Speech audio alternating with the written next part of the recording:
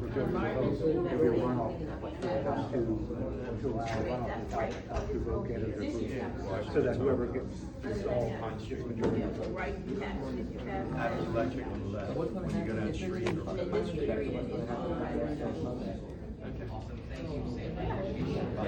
Yeah, just give me the address also, and I'm gonna go down the street. They're gonna be mad at me. Just right in front of the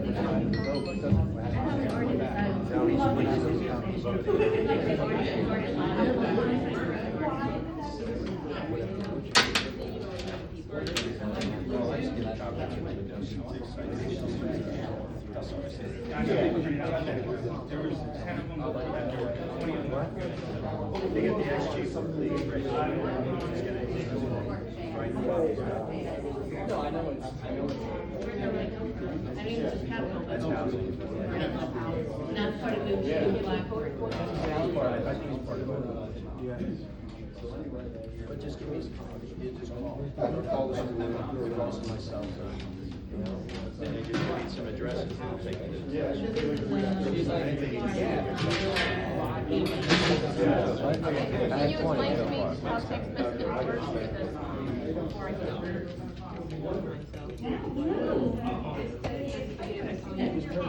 I know.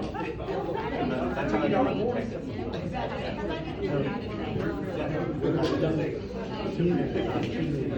By wearing non-work clothes and no ID,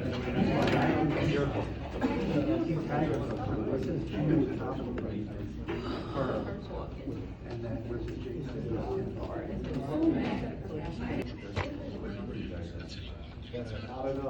Go see Mark Moles. Mark? Mark Moles Okay. on Route 38 in Hansford. Okay. And the oil estate.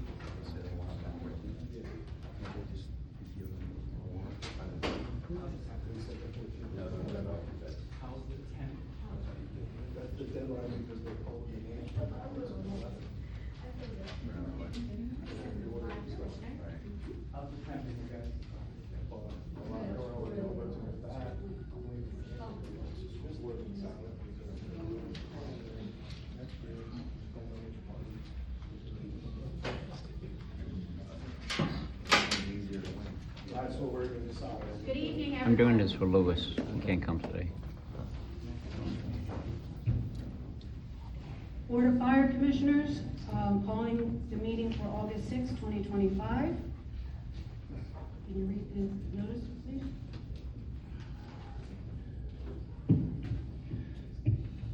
New Jersey Public Meetings Law, Open Public Meetings Law, NJSA 10-4-6 was enacted to ensure the right to public to have advance notice and attend the meetings of public bodies in which any business affecting its interest is discussed or acted upon in accordance with provisions of this Act. The Board of Fire Commissioners, Fire District Number 1, Township of Mount Holly, has called the notice for this meeting to be published, having the date, time, place, and agenda, and the extent known thereof, posted as follows. Borough County Times, January 4th of this year. Per your post, January 4th of this year. Filed written notice to the Township Clerk, December 29th, 2024. Posted written notice on the official bulletin board of the Township Municipal Building. Posted on the district website. Thank you, Director. Can we have a roll call? Commissioner Rowe? Present. Commissioner Shepherd? Present. Commissioner Gaskell? Here. Commissioner Brown? Here. Chairperson Garcia? Here. Now we stand for a pledge of allegiance and a moment of silence.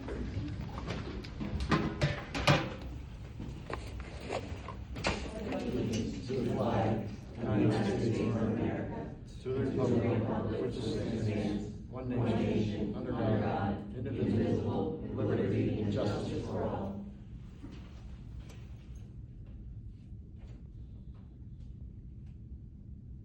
Please be seated.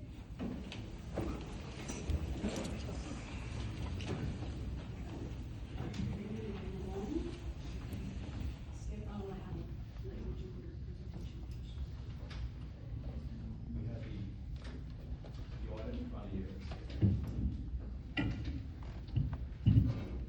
The audit is in front of you. We had a great year. Your management staff, and we did an excellent job. I mean, it's much improvement from previous years. On page 28 and 29, the most important parts of this audit It shows you the budgetary comparison of the actual results, the modified budget, where we moved line items around, and that was a resolution that we passed back in December. And we have the actual budgeted basis, which is the actual amount for the year, and we have the variance column. And you can see after moving the expenses around, we have no negative variances in the budget. And what's very important to point out, on the bottom of page 29, you can see we ended the year with an excess of revenues over expenses of $515,000. So that's excellent. And please, but keep in mind, $340,000 of that is the capital that we're collecting this year. And so that doesn't get taken out of this this amount line item until you actually spend those monies. So we're accumulating those monies right now. And what's important is the sheet I have handed out to everyone is the capital sheet for the district. So this begins with a fund balance as of the end of December of '23. We had a total of $305,000. There was personal protective equipment of $35,000 in the fund, and that's actually been here since I became your auditor. Ryan had put that in, it was never spent, so we still have that to spend, and it was never moved. We also have future, $200,000 at the beginning of '23. So one of the budgets, there was future capital put in. Future capital has not been earmarked for use yet. So that's action that needs to be taken by the board to use those funds. By the board. What's that? By the board. By the board, yes. You've got to set up a special meeting, have it advertised, what you're going to be spending it on, and then you vote on it and pass it in that special meeting. We also had the beginning of the year $70,000 for the new vehicle. That still hasn't been spent at the end of December of '24. And then we added into that this year new appropriations of $340,000. And that was all future. There was nothing earmarked in the '24 budget. But by resolution in November 2433, there was a resolution passed using $265,000 of the future. $235,000 was moved over to building improvements to finish the building costs here that you have. So we have ample money set aside to pay what is accrued for right now. It's close to $199,000. So we have the money set aside for that, and we still have an additional, a little over $35,000 to be able to use if there's additional costs come up to finish the project. And also $30,000 was also moved out of the future for vehicle uplifts to finish that truck this year. And I did, yes. And I did extend this out. You'll see in 25 appropriations, $175,000 was for future. So that still hasn't been earmarked for anything yet. So that brings us up for future to a total of $450,000 for the end of this year. That's, if you don't earmark it for anything, that's what you would have left in this particular area at the end of '25. And we also earmarked $60,000 for the sound system in the meeting room. So that's the main thing in the audit that I wanted to point out. I mean, all the test work, everything came out wonderful. You have a clean opinion. There's no comments in the back of the audit. The synopsis has been prepared for advertisement. I mean, is there any questions I could answer for the board? You say under the 2025 appropriations, that $60,000 for the sound system. Yes. You're counting that as having been appropriated, having been budgeted this year? Yes, that was in the '25 budget. Yes, I just extended this out. The audit ended in '24, but I extended it out for capital portion to show you what you're going to have at the end of this year and so you can make an informed decision on what you have left over, what you have to use. So you have $450,000 that you can look at using this year. And when you said about that special meeting, are those monies that must be expended? No, it sits there in future until you need them, until you have to use them. I mean, You can earmark, say, $75,000 for more protective equipment for the new firemen. And that, whatever is left there, you can leave there until you need it. Say you're looking at leasing a new fire truck, and you can always put a $200,000 deposit down to bring down that lease payment, depending on, so it's all a decision what you wanna do. Wonderful, thank you. But I prepared this so you can make an informed decision. Anybody else have any questions? I don't know if that's yours. The money gaining interest. An audit has so much to do with the hard work of Sam and Rita Small stipend. and the board of 2024. While we didn't have while we were going through so many changes and we're moving into this building, the fact that we can move on with a clean slate in the black and appropriate put things to what is really important in this fire department is a great testament to the hard work in 2024. So thank you, Rita, Sam, Chief Mason, Nicole, Josh Brown. Thank you so much. I do want to point out there was one error pointed out to me, that's on page 17. I still have your annual election in February. This will be changed to November on the audit. There's also page 5, I have a question about the, it says that providing an opinion on compliance with those positions was not an objective of our audit, and accordingly, we do not express such an opinion. Would there be an additional process if we wanted someone to look at it more deeply and offer an opinion about the current expenditures, both past and future? This is the general yellow book opinion. Okay, I mean, if there was you would only want to do that if there was issues or problems foreseen by the auditor. Then we would look into it further. okay, and then you said which page was brought to your attention? It's page 17. It's right under the description of reporting entity. It says length of the commissioner's term 3 years, and the annual election held the third Saturday in February. So that also needs to be corrected on page 7, where it lists that we adopt an annual budget. It's voted on by the legal voters of the district on the third Saturday of February. Okay. And also page 20, it says that the fire district must adopt an annual budget in accordance with, et cetera. The commissioners must introduce and approve the annual budget not later than 60 days prior to the annual election. It's my understanding we don't approve the budget 60 days prior to the annual election. No, we don't. Right, I'll so check that would So- need to be So that's on corrected as page well. 20. Thank you for catching that. You're welcome. Would that still apply if it was, above the cap and it does go to a referendum? Does language need to stay in there for that? I'm not sure how big we exceed the cap. I haven't had any that exceeded cap to go through.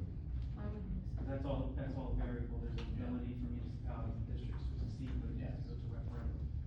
My point is, if it was to be a referendum, it may still Well, require language stating that. I'll have to look at it. Microphones, please.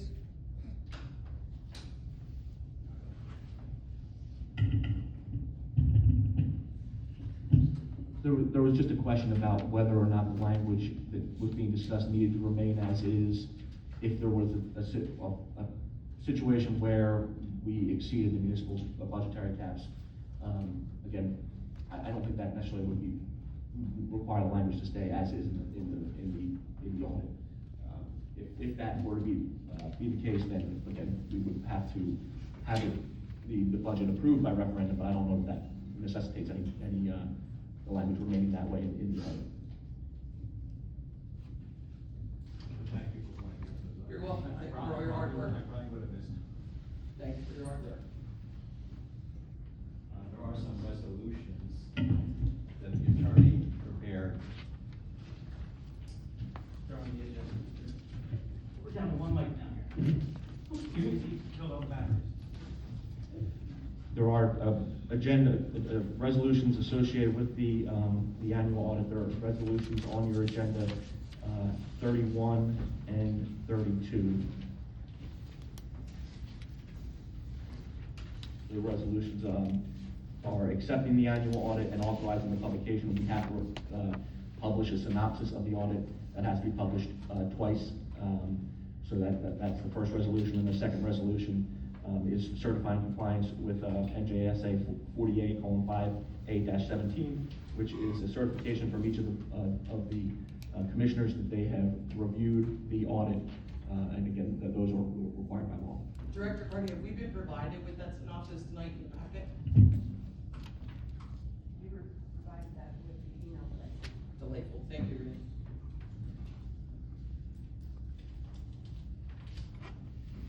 The auditor did provide me a hard copy, but I have to publish that, so if anyone needs to review. I this would like a analysis. quick view of it if you don't mind. Like I said, I think it was already provided. And I apologize for having missed it, there's a lot of attachments here. Doing my level best. I only have 3 copies, so. Happily return it to you momentarily. I saw them, thank you so much. Thank you. I saw them, thank you. You just gave me an. Okay, I have You to, just I'm gave it to sorry, me. thank you for coming. I'm not clear about what the synopsis is. Thank you, Rita.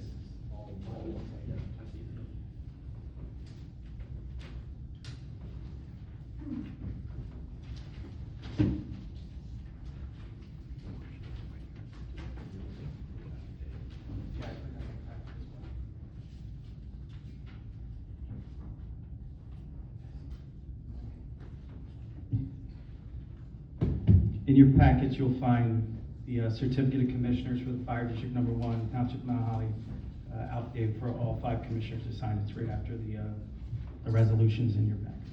And I just want to point out that it is not saying you're approving the audit, that one. It's saying that you reviewed the audit.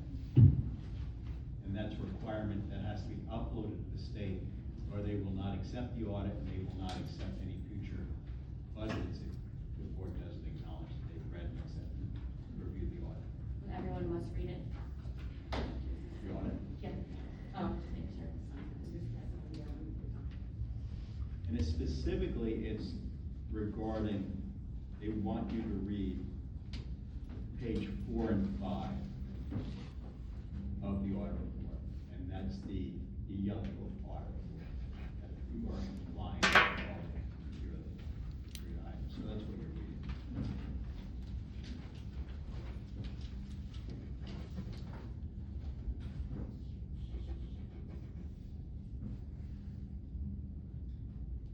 As a pediatrician, the health of my patients.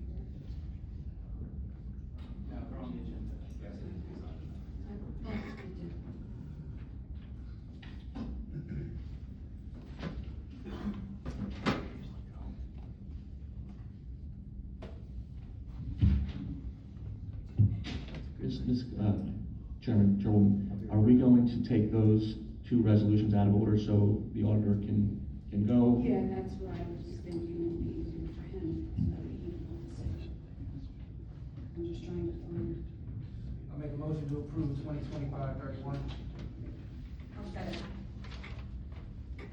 Commissioner Lewis? Aye. Commissioner Shepherd? Aye. Commissioner Gaskell? Yes. Commissioner Brown? Yes. Chairperson Alcier? Yes. Also make a resolution to approve 2025-32. That was Gaskell? Commissioner Lewis? Aye. Commissioner Shepherd? Aye. Commissioner Gaskell? Yes. Commissioner Brown? Yes. Chairperson Alcier? Yes.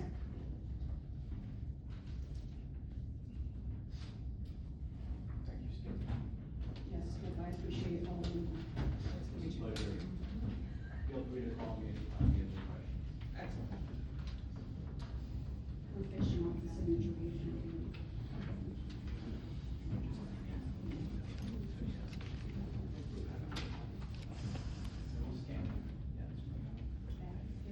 Thank you, Skip, I appreciate it. Did you want a copy of this now, Rita? No, he said it's okay if I scan it over. Perfect. All right. Moving right along. Do we have the approval of minutes for June 4th, 2025? I'll make a motion to. So I had spoken earlier with Sam about adding something to the minutes to clarify, resolution 2025-24. I asked for a little bit of clarity that resolution was proposed to postpone July's meeting, not cancel it. Yep, okay, so I didn't know if they needed to know that before we approved them, because we're gonna approve it with the addendum.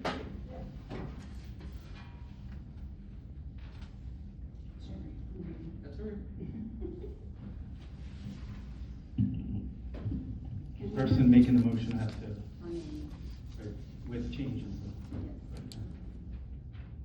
So, motion to. Motion to approve the minutes with Change changes. with the addendum.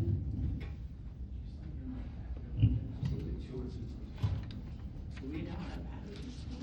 Do we not have batteries? I would have brought them down when we had, I know we need them. I'm just wondering, is there somebody who wouldn't mind running up? There were extra right there, and they were all bad. That wasn't an accusation.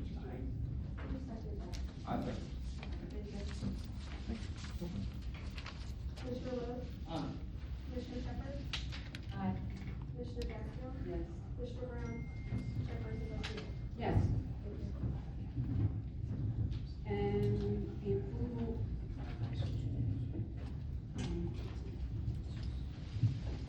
The approval of requisitions as reported by the treasurer, and that is for July and for August. I have some questions about some of these as well. So, Sam points out that there was a decrease in AES. Can you expand on what that decrease was? I mean, I love that we're saving some money. That was the, for the tech. It was a 3-year contract and a 1-year contract, they combined it. So this is one of the many, and I mean many vendors we have regarding the IT support here. This one specifically is for the doors with the fobs, and there's software updates that are required. So there's a savings that we realized by getting a 3-year contract with them instead of a 1-year, so it dropped the rate. And they will forever be the vendor on these fobs? I mean, like. For 3 years they're going. No, I mean, but, Yeah. like, okay, so they were the original vendor that we purchased this program through? It's the support services for the original vendor, correct? Wonderful, thank Where you. they were actually made and manufactured. So I'm not saying there's not another company out there, but for now, it's our best bet because it's the company that installed it. It's Wonderful. Software, I didn't realize that doors needed updates, but apparently they need software updates. Right. That's how they get you.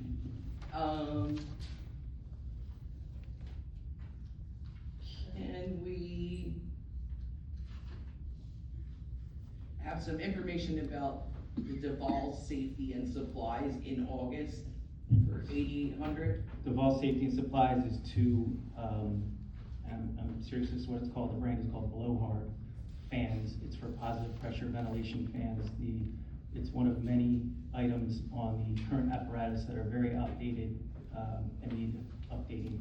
So it's to replace 2 very heavy, out-of-date fans that are used on a daily basis when emergency calls occur. So it's one for each of the first out apparatus, one for the ladder truck, and one for the engine. And yes, they are that much. They're $4,400 a piece.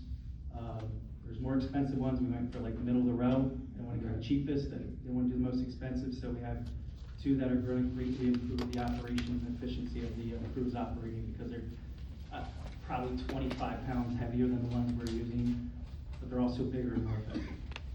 Okay. Do you have a guesstimate on what's the lifespan of those fans? Like how old are the ones we were replacing, and what is the expected lifespan of the new ones? So, unfortunately, on our first out apparatus, we have fans that are 25 years old, Okay. and some that are about 10, 15 years old, which technology has improved greatly in the last 10 years and modernized, with especially with lithium-ion batteries. So the first generation ones we had on the truck still, which boggled my mind, were gas-powered fans, and that's not ideal to blow carbon monoxide into a structure that we're trying to ventilate. It's something we were doing in the 90s, and saw the error of our ways in the fire service. There's one of those still in the truck that's been taken off because it's pretty much a safety hazard. And the second, what I would call first generation electric fans, we had 2 of them. Two of them. One still remains in service on the ladder truck as kind of an extra fan, but they're very heavy, very awkward. You have to plug them in still, even though they're electric. So these new ones, to answer your question, life expectancy, I would say 5 to 10 years is what we should get out of them. But they're lithium-ion battery now. And then these are probably the 3rd generation of this new technology. So they've even made advancements with the battery life We're experiencing 5 to 6 year lifespan of them, but they're slowly improving them. So now they cut off the trickle charge and it makes the battery life more sustainable. So they're just issuing iterations of this, so does that mean that this is not a piece of equipment that can be maintained or maintenance over the Oh, lifetime? absolutely, it can be maintained. The only, Okay. see now, they've simplified it now because it's not a gas motor, which needs a bunch of parts. The first generation electric one, fan I spoke of is a plug-in, and we had, what was it, $1,000? $1,800 for just a controller for those fans. So these are more simplified. It's a battery, it's a motor. So, you know, the life expectancy is much better in these. So basically, the motor, to replace the motor on the one we had would have been half the cost of a new one. Correct. Altogether. Okay. And we did, just for record, we did demo one of these fans. The vendor provided one for about a month. And the crews worked well with it, and we're very positive feedback on how much easier and more effective they were. And so you had that was discussed with the chief and the officers about what the best piece of equipment was? Yeah, absolutely. And you all agreed?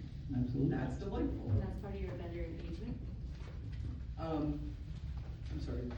Oh, I was just wondering, as part of the director's vendor engagement, getting that, I have been improving our vendor engagement relations since I came on board because we've needed significant upgrades. As you read my report of the operational deficiencies that we need to do that, yes. No, if that was part of it, that's good.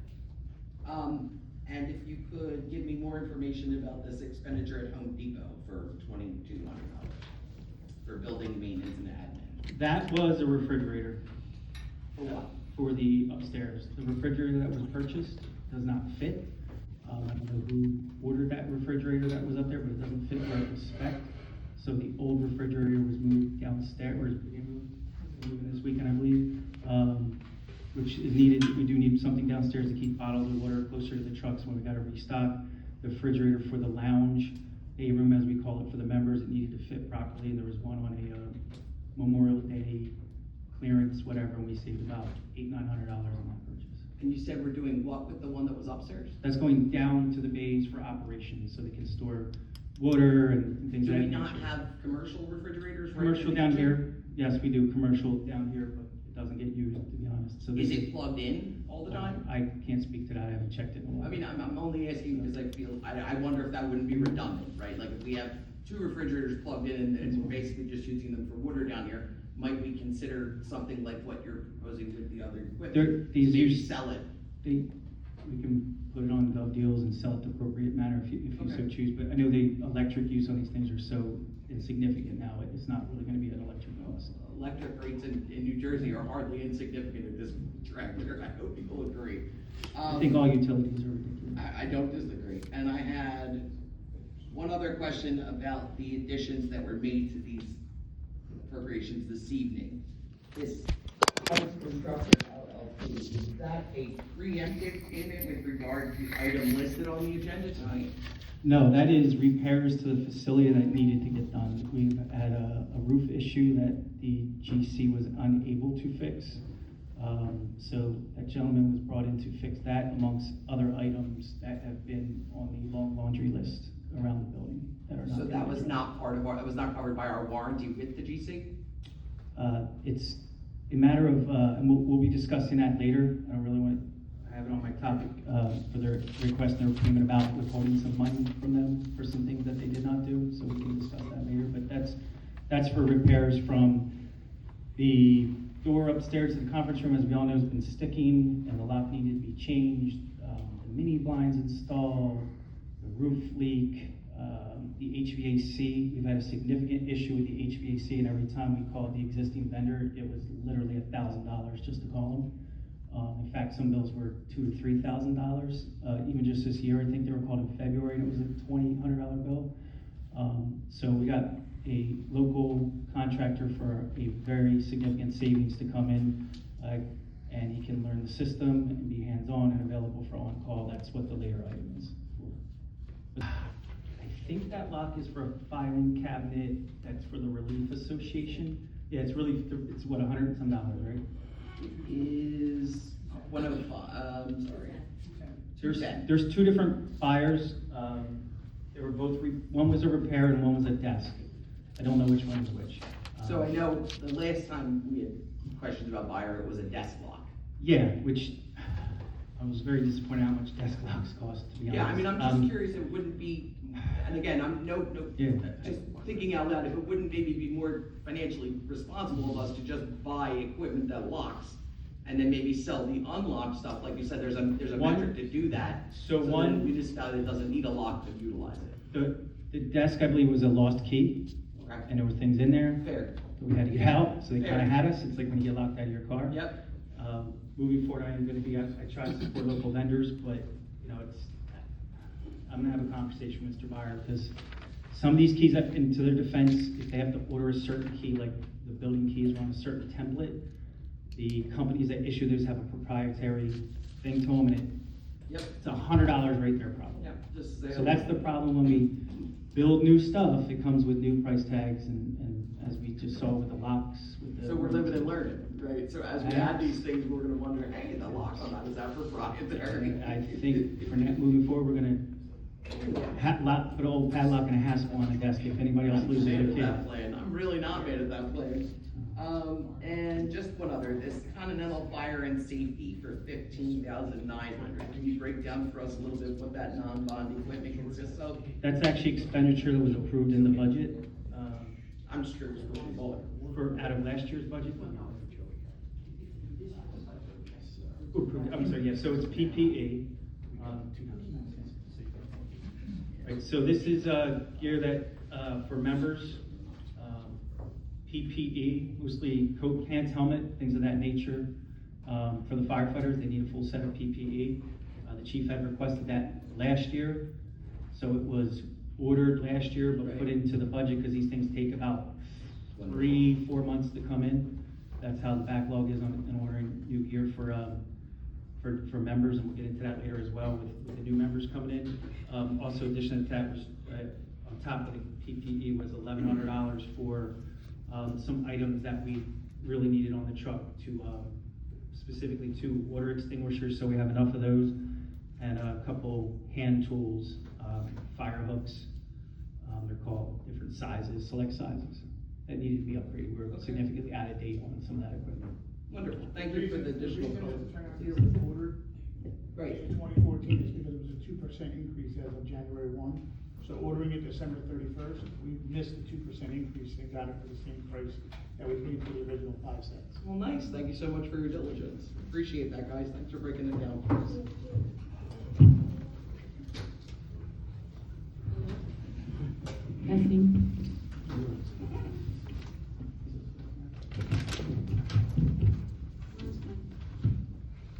Does anybody else have any questions or anything? No, you call. Okay, motion to approve the requisitions?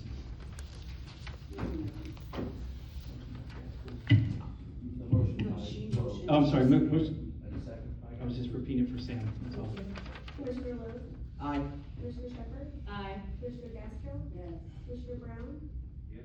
Chairperson Celsius? Yes. Reports, it's gonna take a while, guys, we have 2 months. June 2025, duty crew program recruitment application process began. Building ground, roof leak in room 214 continues. New amplifier for IT room was purchased and replaced. I think I touched on that previously, that there was a power surge. It said it was down, it's actually been replaced. The smaller dumpster is now in place, and I had a meeting with Panoni and Oberon regarding the flooding issue, address other buildings and grounds. What day was that? I have to look at my running log of my daily activities, but it was in the month of June. A work group meeting was held with Reed and Sam for budget. It was on the 2nd, and it says will be held, but it's a carryover from last month. It was actually held on the 2nd. Operations, there was a deficiency report drafted. You'll see in July it was finalized. Monthly meeting with the line officers and safety officers. Met with MUA reps regarding a fit test machine, and the safety officer was included in that. There was unsafe equipment on the engines taken out of service, some drivers, SCBA systems to be specific. There was hose, ladder, and aerial testing scheduled for August. What that is, layman's terms, is annually we have to have our every single section of our fire hose, which is, 800 feet, I'm sorry, we have 8,000 feet of. The aerial ladder on the ladder truck, the actual big ladder that goes up, that has to be tested as well at an annual basis, as well as the ground ladder. So that's been scheduled for this month. Is that testing you complete, or does someone else? Vendors, there's vendors, solicited the vendors, and it was all pretty much the same price. So we went with the one that was local, that employs a lot of local people, and they're reputable. Training, there was new firefighter Wait, registration. sorry to interrupt you, but operations, or do you wanna wait for my questions Yeah, all to the we end? wait for that to finish this, thank you. Well, do you wanna wait till the very end, or do you want me to go, by section and section when my questions? That's entirely up to you. Oh, okay, so that's for operations. Did you take minutes for the, monthly meeting with line officers and safety officer? No, Could you take minutes for those things? it's not really required. Okay. I don't see why you couldn't.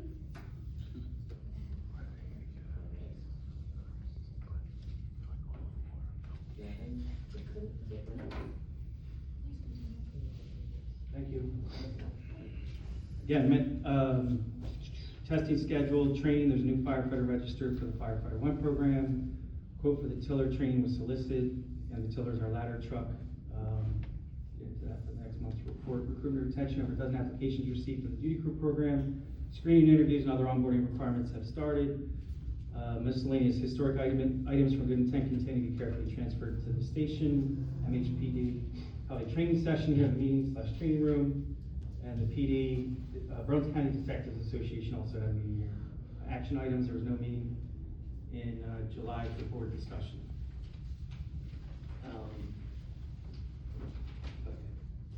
I have a request.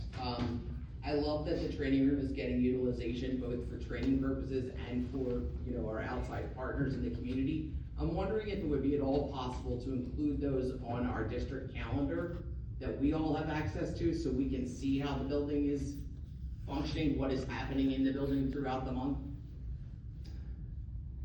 As far as if it's meetings, for example, the environmental committee requested if they could use the space as well for their meetings, something like that, yes. As far as the police, there are some sensitive things that they used, and I don't even want to get into it if I'm allowed to say that, but it's like leadership.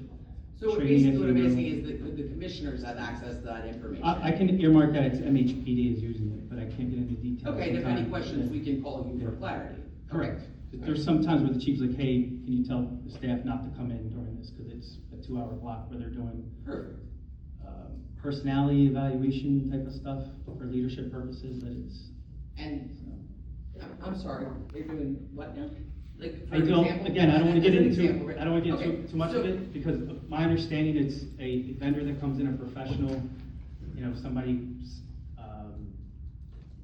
psychological type of thing, and they evaluate employees, and they help it, it's like team building, so you can manage people and put personalities together. Okay, so they're doing sensitive police work. Correct. And I think that kind of leans back to something I had asked about last month, with regard to the use of this training room by outside organizations. Are we in any way being compensated for the use of this space for anyone other than the district? In a training capacity or in an evaluation capacity? Much the same way if a vendor came in to offer a training to the firefighters, we would expect a fee from them, they would likely charge a fee from the attendees. Something like that would be a different case as opposed to, that's a board decision, but as far as the police department, township employees using the building for training, we're robbing Peter to pay Paul for asking the township for money. Well, I mean, I've asked for a copy of what I'm told is an existing shared service agreement between the district and the township, and that's still not been provided it, so I don't know what that covers or entails, what we've agreed to as the district. And Resolution, I have nothing on the actual. can you please reach to the clerk of the township and find out if they are in possession of that document? And I will email her. And please get me a copy if it's available, and if not, can we look into how do we go about having a discussion about having one in place? Is there a resolution where a shared service agreement with the township was passed, to your Yes. knowledge? Yes, ma'am. Okay, and do we have the language of that resolution? Yes, ma'am. Actually- So then there should be an appendix to that, The correct? resolution I saw was to add to the shared service agreement, not approving the shared service agreement. So what I saw was actually just an addition to that we recently did out of good faith, but then no one's actually seen the shared service agreement. Well, I ask because, again, I know that you've been making an effort to update our website with all available minutes and resolutions and things of that nature, and I know the conversation between you and I, that you're still migrating our files over from Good Intent so that everything can be under one roof and be more clearly, accessible. Is there anybody we report those things to when they happen? Is there a copy of our doings, if you will, our goings on, somewhere other than in this building? I don't understand. I mean, Report do what we to who? submit these resolutions and the district minutes and agendas to Division of Community Affairs? No. Like, does anyone, for purposes of records retention, is there anyone we submit defer to- those documents to for I'll storage? defer to council on that question.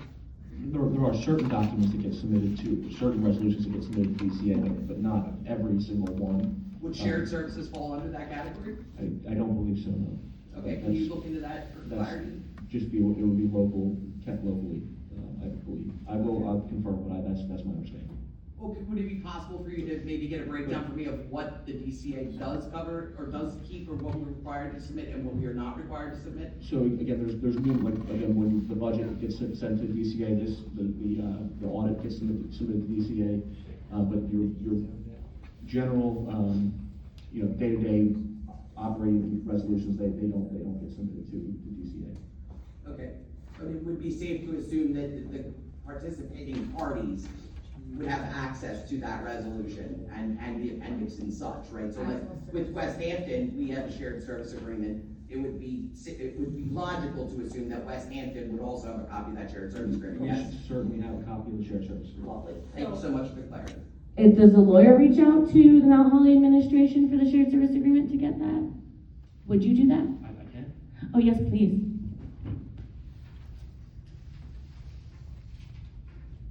To clarify, you can in fact add that stuff to the calendar for us so that we can see the goings on in the building with obviously keeping, anything for security purposes. Firefighter Control has been doing a good job of keeping up a local invite thing, so we can add that to it as well.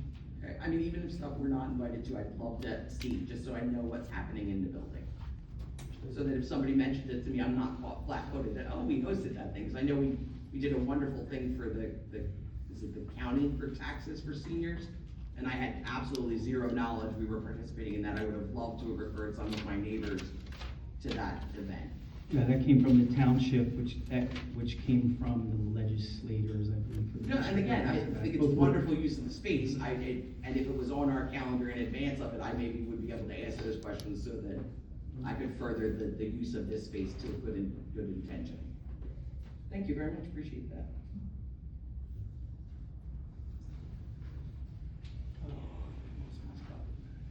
I think we're moving on to July 1.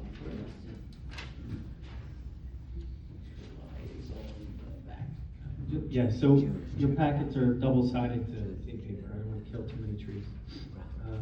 July, Beauty Crew program onboarding required a significant amount of time due to the number of applicants. Several smaller projects at the station were completed.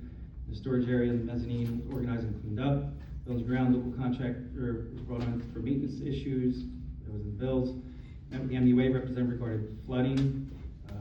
Met with the NJ American Water regarding the need for a hydrant next to the south apron.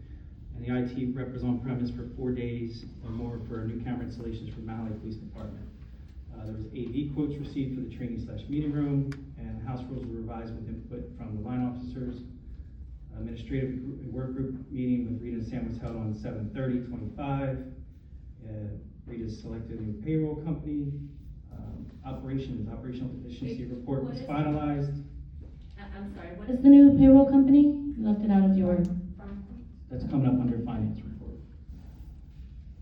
Operations efficiency report was finalized. Monthly meeting with the line officers and the safety officer. The new PP fans were ordered. Research started into apparatus replacement. Personnel fire inspector position was advertised. Interviews were conducted, and Fire Bureau days of operation and duties are being adjusted by the fire marshal. Training, PPT evaluation was conducted for applicants and several existing members, and specialized tiller training scheduled for October 17th, 18th, and 19th. Real quick, just so everybody understands what PPT is. It's physical performance testing. It's an evaluation performed, and entry-level firefighters usually take it to pass their civil service test.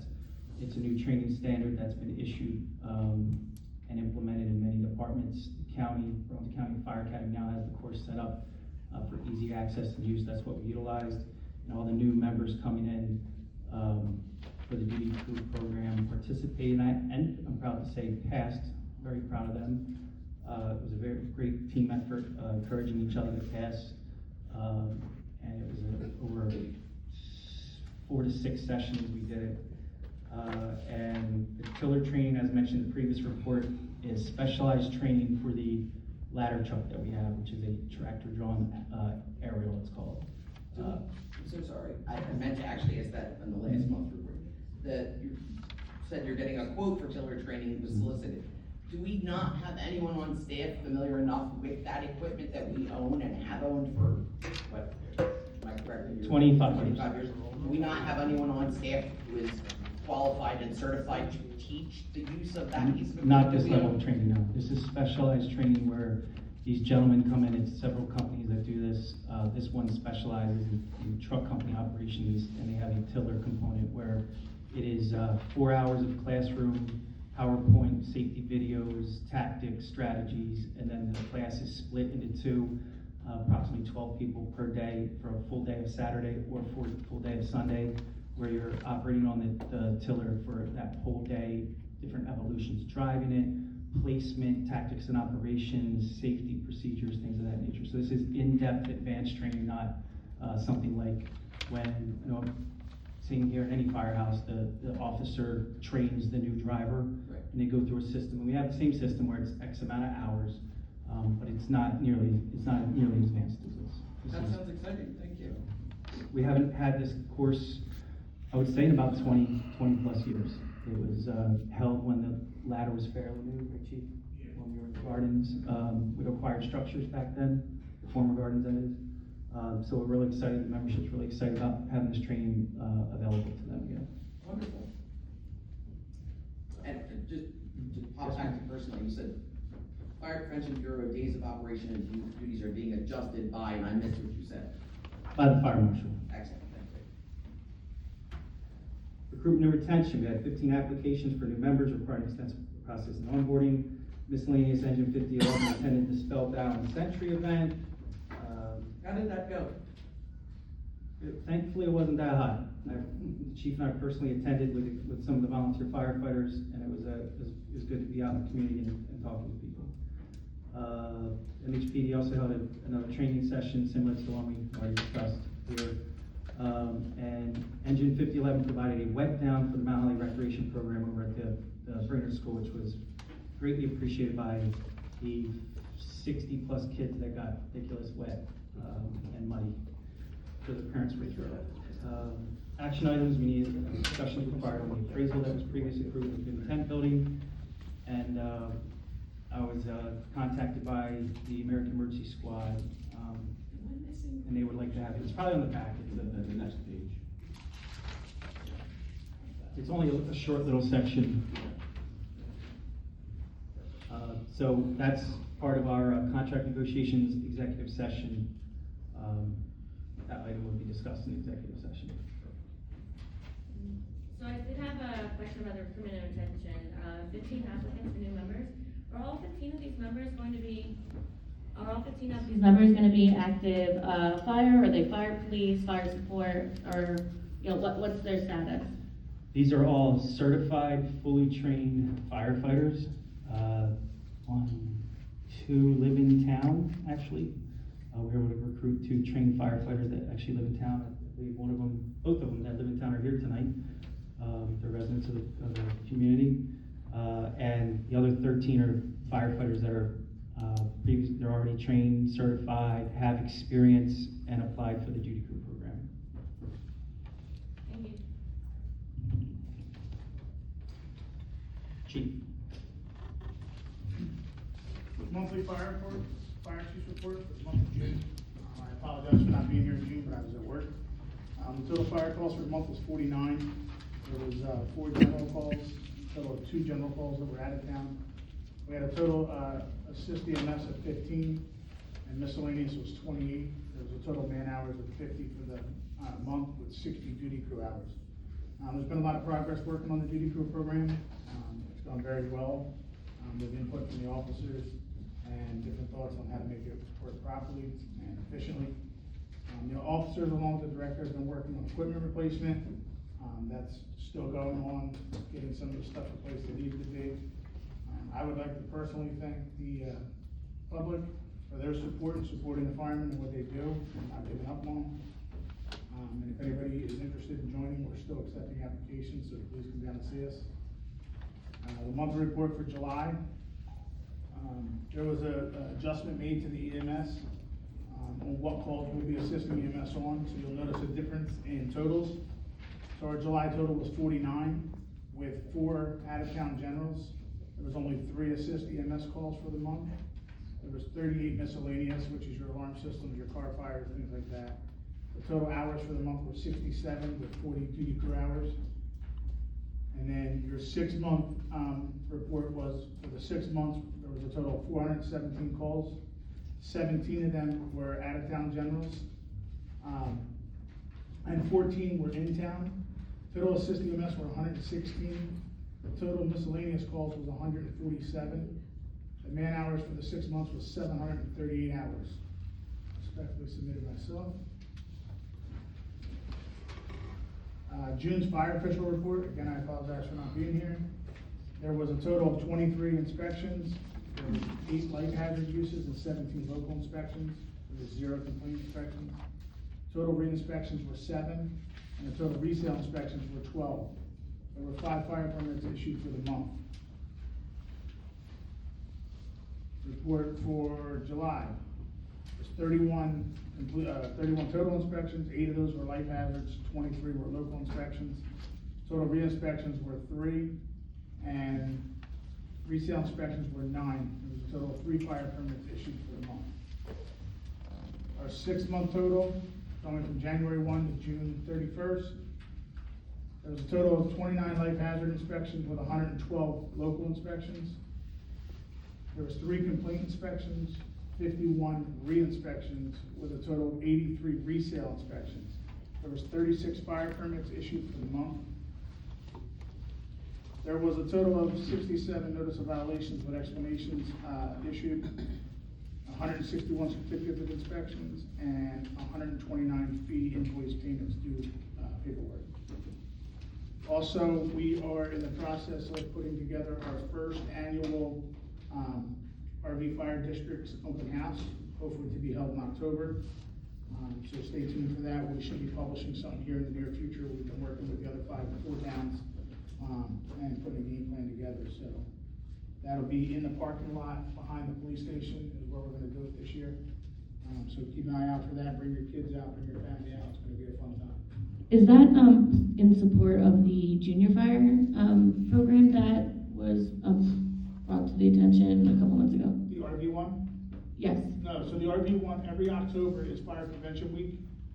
That's when you go to your schools and do all your lessons for the kids. And then you do what's called an open house. You do demos and you do, like, that's what you see all the fire departments doing that week of October. So, Fire Prevention. There is an RV career day, open house, something to that effect that we're working closely with RV to attend, along with the other fire departments in the RV area, and hopefully recruit some junior members.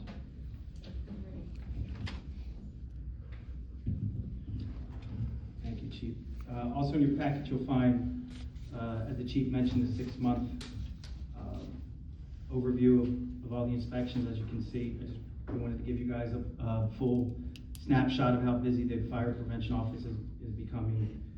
They're doing a good job of finding new registrations, and what that is a business that opened maybe in a previous vacant space, and now they have to register and be subject to the fire code inspections.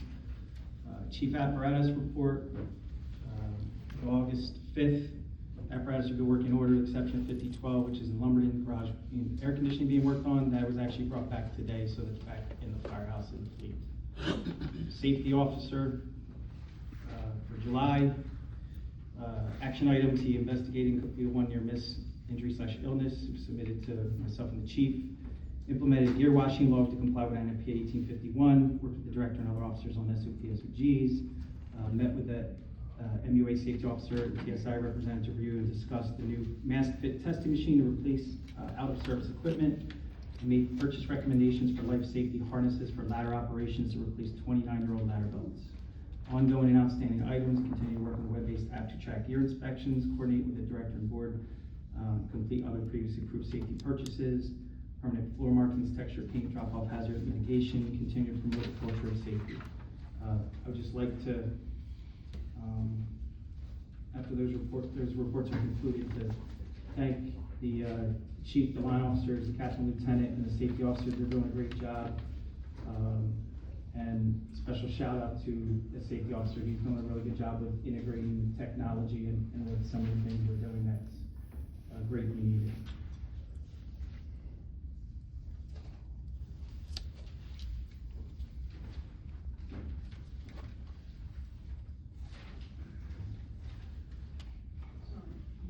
We're on committees. Chair, if you all go on buildings and grounds, the mini blinds were installed.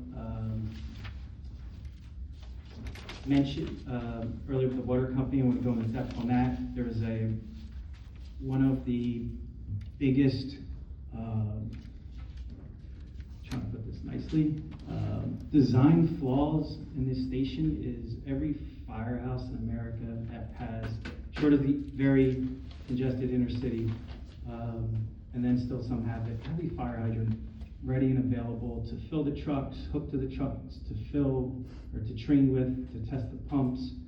When the station was built in the rear, if you will, the addition, we have a hydrant here that we used to use, which is not an ideal place to begin with, even when it was an active bay that we're sitting in today. So it was a big oversight that a fire hydrant was not placed in and around the ramp where the trucks enter and exit, where most firehouses have them. So I contacted the New Jersey American Water and had that process started for a request to put a new hydrant in. And hopefully, and I use that word very strongly, there will not be any cost to us because we pay a Nike's load of money in hydrant rental to that utility company, so that's the least they could do. We're in the process of putting monitors around the building for situational awareness and notification boards, both emergency alerting and informational purposes. For example, there'll be a screen in the foyer with general announcements, meeting dates, messages. There'll be cameras, monitors for the cameras in the day room, the chief's office, my office, the radio room. It's already begun. And last but not least, under buildings and grounds, I met with a representative of MUA. The meeting I had with the engineer and the GC basically was going to turn into nothing more than us spending a lot more money to try to mitigate this back exit. What I'm calling the design flaw, they're not. It's the ground around that concrete pad is higher than the concrete pad, and there's a significant slope from the bay ramps on the south bay coming this way towards the door. So the MUA, who has a lot more staff than us, has volunteered to supply the equipment and the time. So did a little bit of a grading project and add some stone. It's flooded twice and it came out here twice, and the answer was the same every time. I know most of this was prior to my tenure, so I'm not privy to all the historical knowledge of what conversations were had, but this is the quickest, cheapest way to fix this. It's what they're going to suggest anyway. So instead of paying an engineer $14,000 to survey it again and tell us to put a drain, a storm, grade it. So this proposed fix for this issue is something that is a temporary fix, or this is what would be suggested as a long-term repair to this flaw? I don't pretend to be a floodplain expert, but I could tell you every 20 years or so, this place is going to flood. There's nothing we can do about it. Right. We're in a floodplain. So this is not that's why I would say it's not a permanent fix, but it will mitigate the lower impact instances that were affecting us. Is there maybe a way that we can look into that just a little more deeply before we proceed with, if it is something that is going to be temporary? This is not what- temporary. Well, I mean, obviously, okay, if this is something that is not meant to be a permanent fix, what, if any, damage could possibly be anticipated while we're using this not meant to be permanent fix?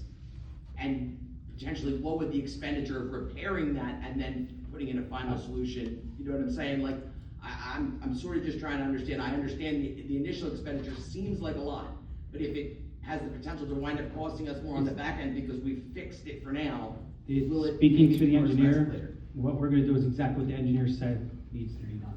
So that's what we're doing. I would like to think it will be a permanent fix. There's only one way to find out. But that being said, if the 100-year storm comes, there's nothing we can do. And Our I have engineering thought, world is gonna fix it. notwithstanding, yes. Right. So the problem is we've been experiencing these 50-year storms like every 5 years now. Okay. Well, in previous meetings, I've asked you, Director, whether or not you've been able to look at the engineering drawings, the original and what they prescribed, and then the as-built, to determine if the grading that was done appropriately in the first time based on the engineering things, that would determine whether or not Ogren would be responsible for any cost. Because if they did not grade properly according to the engineering drawings, based on the as-built, they should be making sure they provide those costs. Now, were you able to get those plans and compare them? At my meeting, they told me with them, they said that's the way it was as-built. So I looked at the plans again. I'm not an engineer or a floodplain expert, but meeting with them, they said, yeah, we'll survey it, and this is what you need to do. Dig a channel, a relief, if you will, and put rock in it, which kind of extends it to the existing rock base out here. So it's a quick, easy fix. It's what. I would love to see those actually if they gave them to you, because I actually work for an engineering firm, and these are the kinds of plans I look at regularly when I do permitting. And you made that clear before. Yeah, so could you send them to me? They're up in the filing cabinet. You're welcome to look at them. All right, thank you so much.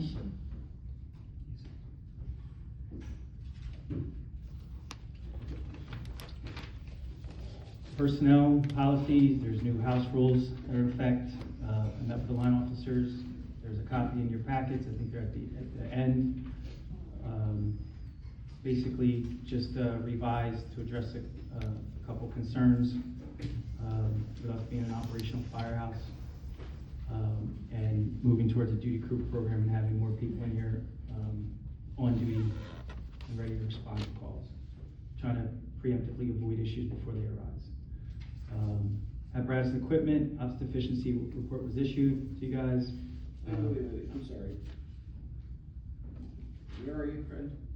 House rules should Okay, be, we're still there. should be at the very Okay, end. great. Oh, you just need to know where. I didn't know if you had moved on. No, I'm sorry, that was This is the B. first time I've seen them, yep. Now it's apparatus and equipment, ops deficiency report was issued, and it's gonna require a lot of PPE and equipment, especially equipment purchases, as we noted the fans earlier as part of that. Planning and services, we'll be starting a new apparatus work group. It'll consist of myself and the line officers, and one member of the board if they so choose to attend, as part of their committee assignment. And budget and finance and insurance, as you heard, the report from Rita, or from the auditor, and I'll defer to Rita if she has anything. Actually, tonight I have quite a few things. Number one, we have looked into and decided on a payroll company, and that will be Prime Point, which will go into effect on September 15th, I believe it is. I think it's the 18th. It'll be the first pay period of September. Let's see. In doing the audit, it was made evident that we are missing some of the LEA monies that should have been received over the last couple of years. And Tom is looking into talking to somebody at the state to find out if we can get those monies, and it's close to about $10,000. Could you break down that acronym, please? LEA? Local Enforcement Agency. And those funds. It's the will be monies, used as a it's result monies of- that come to us through, all of the, inspections that they do, and the state receives the money, and then we get a percentage of that money from them. Okay, great. That's correct. Yeah, so each municipality or district has their LEA, they perform fire inspection duties. So our Fire Prevention Bureau is the LEA for Mount Holly Township, so he has the right to collect fees, fine people, collect those funds. And there's a type of inspection called a life hazard, which is different uses, so it's a place of congregation, at hospital, schools. They pay the state, and then the state gives us a percentage. That's the money that we're trying to figure out. They still owe us more money. In the process of this last couple of weeks, when we've had the finance meetings and so forth, it came to our attention that the sound system situation, we had initially thought we were gonna go through a state contract. And we have found that there are some people that might be able to do it for us cheaper. So we are gonna go out to an official bid on that. So that is going to be, Resolution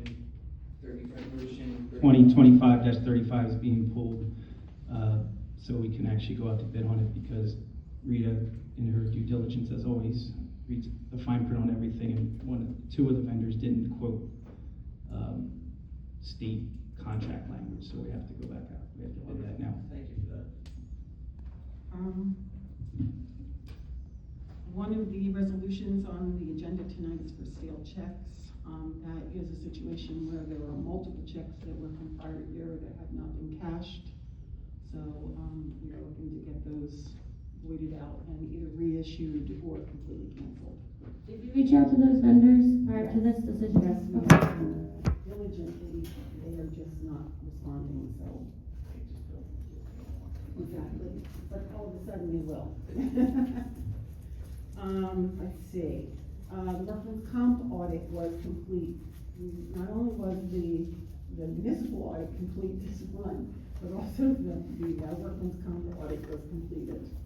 And, I got notification that we are going to be receiving a $7,008 refund on that.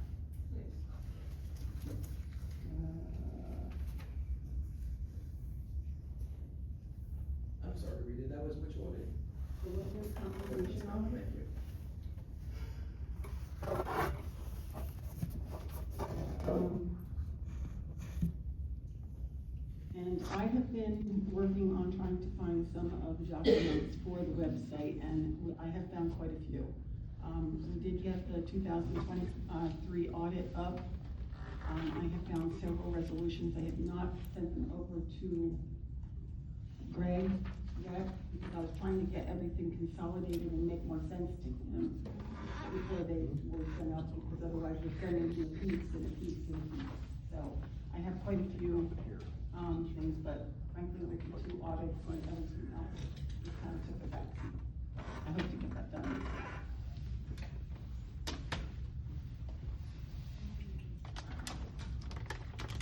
Without being on the website, are those documents available for us to access in a SharePoint?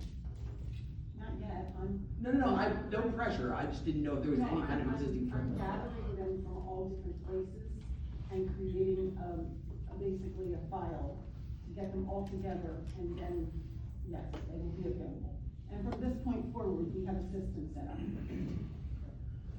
I'm to sort of expand that question out a little bit to the director, if you'd be so kind. I know we had I complimented you again on some of the updates to the website. You told me that a vast number of our documents are available electronically and not in paper formatting.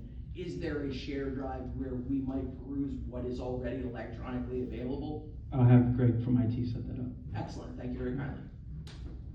Last but not least, go ahead, Rita.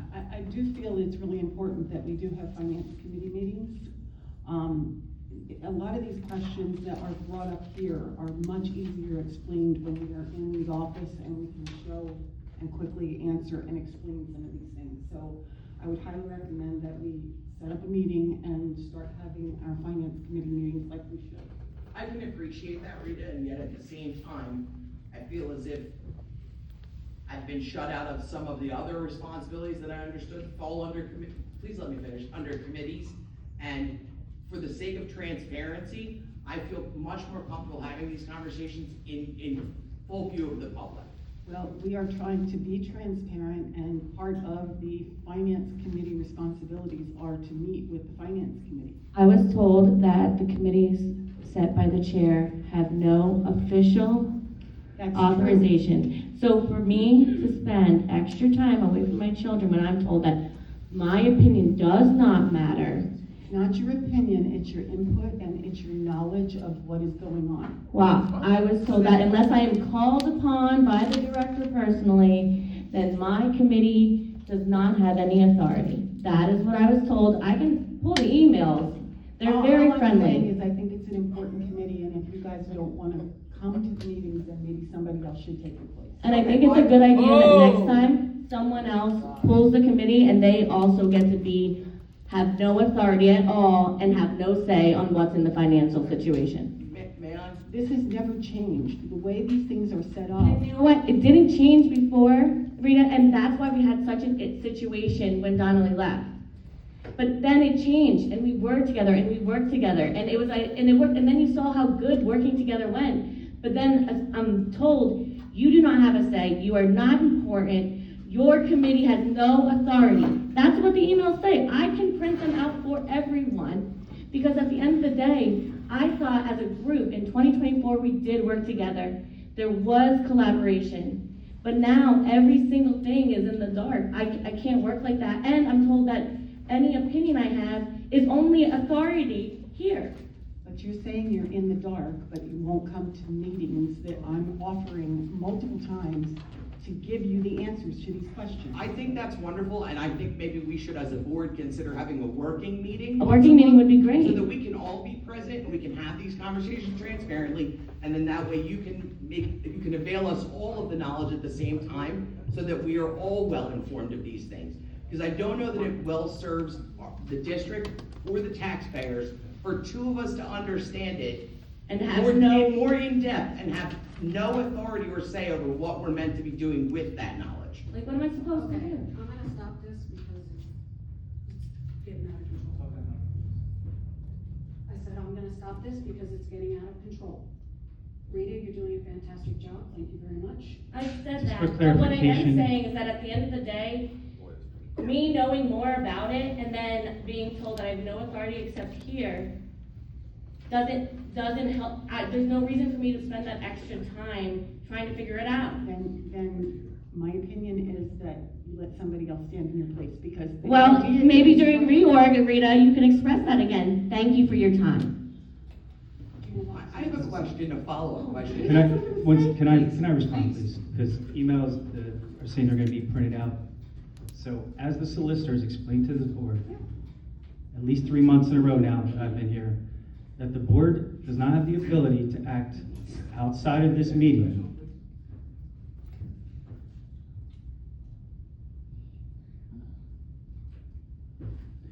Like I was saying, the board has no authority to act outside of this meeting. So a committee has no authority, that is fact. The committees, let me finish, please. The committees did a great job in the absence of a director. They did this building open and did a lot of things that's really not their job, not expected of them, of any elected official. You don't get engaged in the daily operations of this district. You sit on subcommittees for input. That's what Rita is trying to say. She's been here since the inception of the district in the 90s. She knows this budget and this district better than anybody in this room. So what she's saying is, you get what you give, you gotta put into it if you want the information. Yes, you're welcome to ask as many questions you want in open session, but nobody's been told that they're not important or it doesn't matter. What was said was factual information, that this is how this district always ran. It ran that way under the director Donnelly since 06 or 07 when he came on, and nobody questioned how it was run then. And But we in fact, started to excuse me, I'm question it as a speaking. group last year. Excuse me, We I'm did. speaking. Even Nicole said so. I'm speaking. What I'm saying is so crazy? It's not. We've literally decided, so just do the things the same way we did under Donnelly. Doesn't make any sense when things worked better last year. Just because it's uncomfortable now, doesn't mean. There's no uncomfortable that's not about it. right. This is how a fire district operates. You guys were operating outside your duties. This is how And by I- law I a can fire district appreciate that. operates. I can appreciate that, Director. What I might ask then is the commissioners that serve on the other committees, when were those meetings held with you? There hasn't been any. Okay, so you've not had There's no any need. There committee has, meetings to with- quote, You to gave us quote, reports on all of that. Have you to had quote- committee meetings with any to- of the other commissioners that serve on those committees? finance is the most important committee. There's a standing meeting for it because the budget's the most important thing we have as far as the administration of this district. Again, like I said, we're getting up a truck committee, you can call it. The planning, and services committee is more than welcome to be part of that, right? Policy and procedure committee, they're more than welcome. The personnel has got engaged. The personnel committee performed my 90-day evaluation. That's their job as a committee, and Right, as a but committee, they're not taking the results of action. those things are not being submitted to the board as a whole.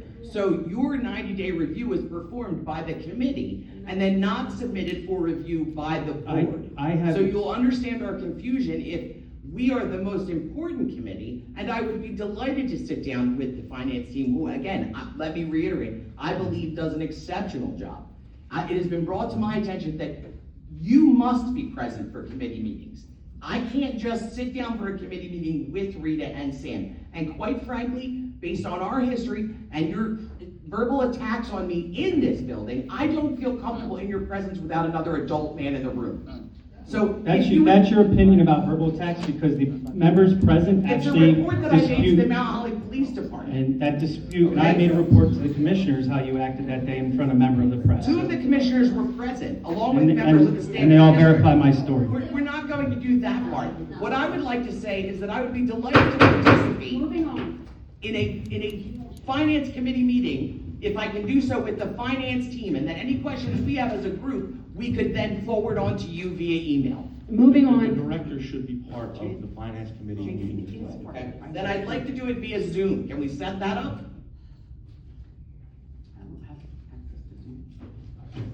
Excellent. Thank you. I think that'll be a wonderful solution.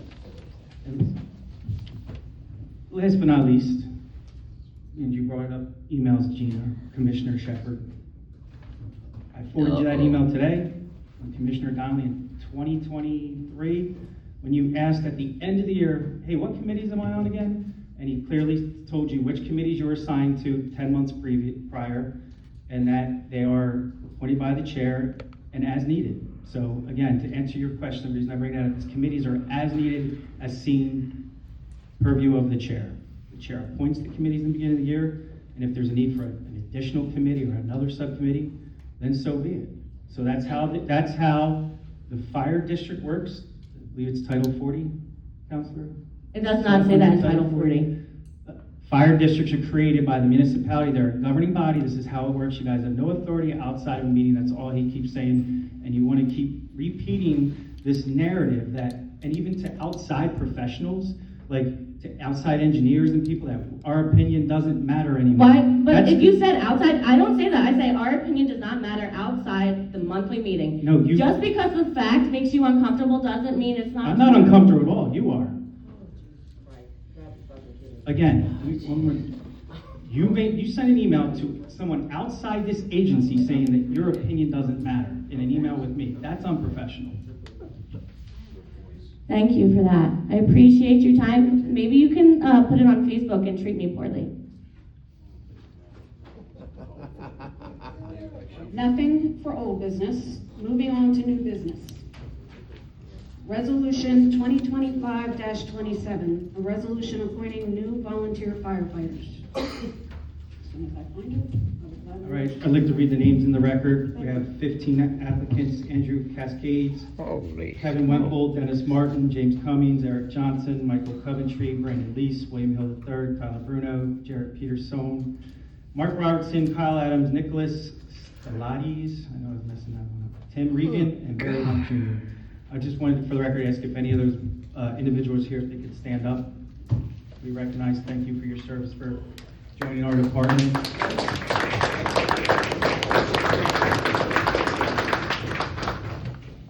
Thank you, Madam Chair. Can I get a motion on this? Can I have a roll call? Commissioner Wu? Aye. Commissioner Shepherd? Aye. Commissioner Gaskell? Yes. Commissioner Brown? Yes. Chairperson Bozzier? Yes. Motion passes. All right. Next is 2025-28, a resolution appointing a part-time fire inspector. Can we have that read in its entirety, since I didn't receive it until after work this evening at 5 PM? I agree.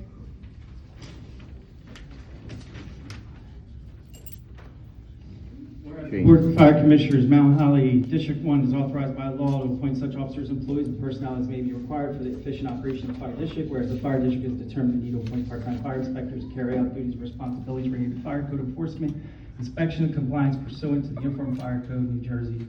Whereas Michael Ott and Ernie Doggett possess the necessary qualifications and certifications required for the position of fire inspector, and whereas the Board of Fire Commissioners desire to appoint. Says name one. Yeah, okay, can I read their names? Are you going to interrupt me? Oh, I don't know why. Can I finish, please? Oh, okay. It's not lazy, it's called a typo, Oh. and it's being read into the record right now. You admitted it, that's lazy. You're out of order, sir. Cool. Go ahead, sorry. My fault. I'm just waiting for everybody to stop interrupting. Whereas the Board of Fire Commissioners desires to appoint, as previous in the line, Michael V. Ott and Ernie Doggett as part-time fire inspectors for Mount Holly Fire District. Therefore, be resolved, the Board of Fire Commissioners, Mount Holly Fire District, County of Burlington, State of New Jersey as follows. Appointment of the following individuals hereby appointed part-time fire inspectors for the effective date of Michael V. Ott, Ernie Doggett. 2 out of 3 times we made it. Compensation for the fire inspector shall be starting rate of $27 per hour, not to exceed $34 per hour unless otherwise changed by resolution of the board. Duties: the fire inspector shall perform all duties as required under applicable New Jersey statutes and regulations, including but not limited to inspections, code enforcement, fire investigations, and reporting under the supervision of the fire marshal and his or her designee. Term of employment: these appointments shall continue such time as modified or terminated by resolution of the board or otherwise provided by law. Notification of copy of the resolution shall be placed in personnel files of the appointed individuals and filed with the appropriate administrative offices. The rest is standard language. So I have some questions with regard to this. So this will create 2 additional fire inspector positions, is that correct? I'm going to defer to the fire official. It's only creating one position, it's being divided up between 2 inspectors because of the requirement that they can't be full-time. So it's only one position, the hours will be divided up between the 2 inspectors that being hired. Okay, so it'll be as if we have 2 part-time fire inspectors, but those roles are being filled by 3 individuals? 2 individuals. The 2 that were read are the only 2 that are being filled. And the inspector we already have. Correct. So 3 So individuals. we'll have 3 in total. Yes.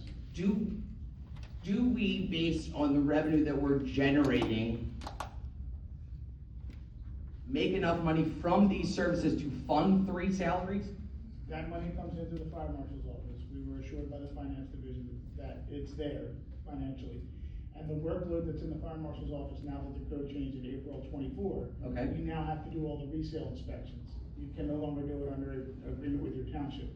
Unless you are a certified fire inspector and or fire official, you cannot perform the resale inspections. So they now have to go back under our office.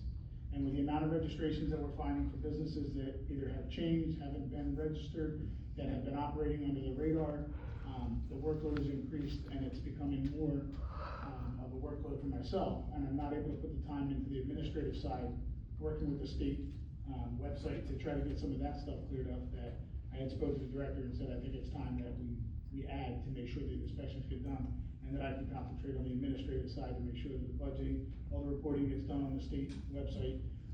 There was some notices from our field rep that we are behind on that side that I've been trying to do. It's just too much for me to be able to do all the inspections with George and at the same time try to work on the state website. So by adding these inspectors with the resale inspections, it'll take that workload, divvy it up better, and I can put more time in the administrative side. So you had a chance to review this prior, since our last chat about it, and you have a clear review, and you think this is a good move forward for the fire marshal's office? I do. Okay.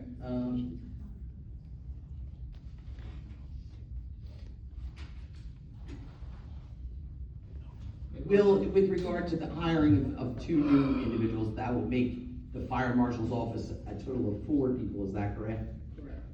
And with those 4 people, will you then be resuming the use of the office space that was designated in the original plans for the fire marshal's office on the first floor?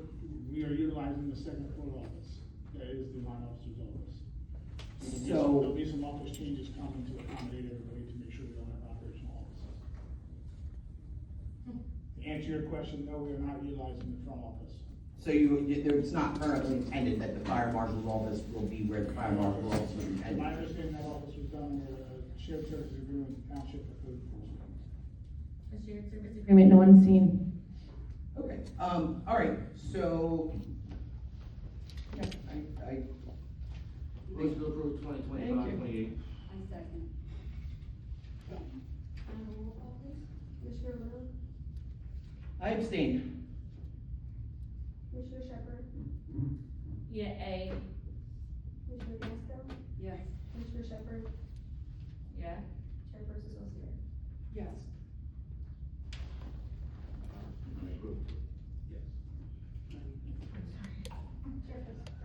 Commissioner Brown, I'm sorry.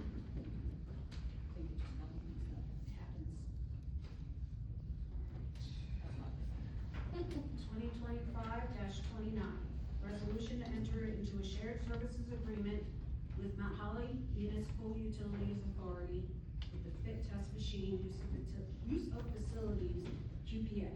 Can we please have that one read, as I haven't gotten it until this evening? We're not reading all of them. I So- would like the public to know that we did not receive these 16 resolutions and attachments until 2:30 this afternoon. That is why it was so hard to get these actually reviewed so they could be properly understood prior to this meeting. They should be tabled. Motion to approve 2025-29. Motion table. I would like to walk on a resolution to table resolution 2025-29. I think I already made a motion. Nobody seconded it. I did. There was a motion in the second, but we do now have a motion to table, so the motion to table should be voted on. You make the motion. I made the motion. Second. Can I roll call? On the motion. On the motion to table. Yep. Commissioner Little? Aye. Commissioner Shepherd? Aye. Commissioner Gasko? What was that? This is. This is the motion to table. Commissioner Brown? No. Chairperson Osier? No. Yeah, I carry it. Ayes carried, motion to table granted, passed. Now, regarding this resolution, I did have a question. I thought we had a fit test machine. Is this gonna be a brand new one? Well, you should have asked that question prior to tabling. I could have told you what a valuable piece of equipment this is that we really need for all these new firefighters coming in. It costs $14,000. And the MUA, as in the past, has offered to purchase it, keep it here, maintain it, because both agencies use it. A vital piece of equipment. You're out of line, sir. Please wait till public session to speak. After the resolution. So, again, this is a very important piece of equipment, we need it. Like literally to have these new people fit tested for their SCBA mask, which is a requirement to be a firefighter. So now we have a piece of equipment that's very outdated, it's too expensive, it costs almost as much as a new one to service the old one. So we were getting a new one in conjunction with the shared service agreement that we keep it here.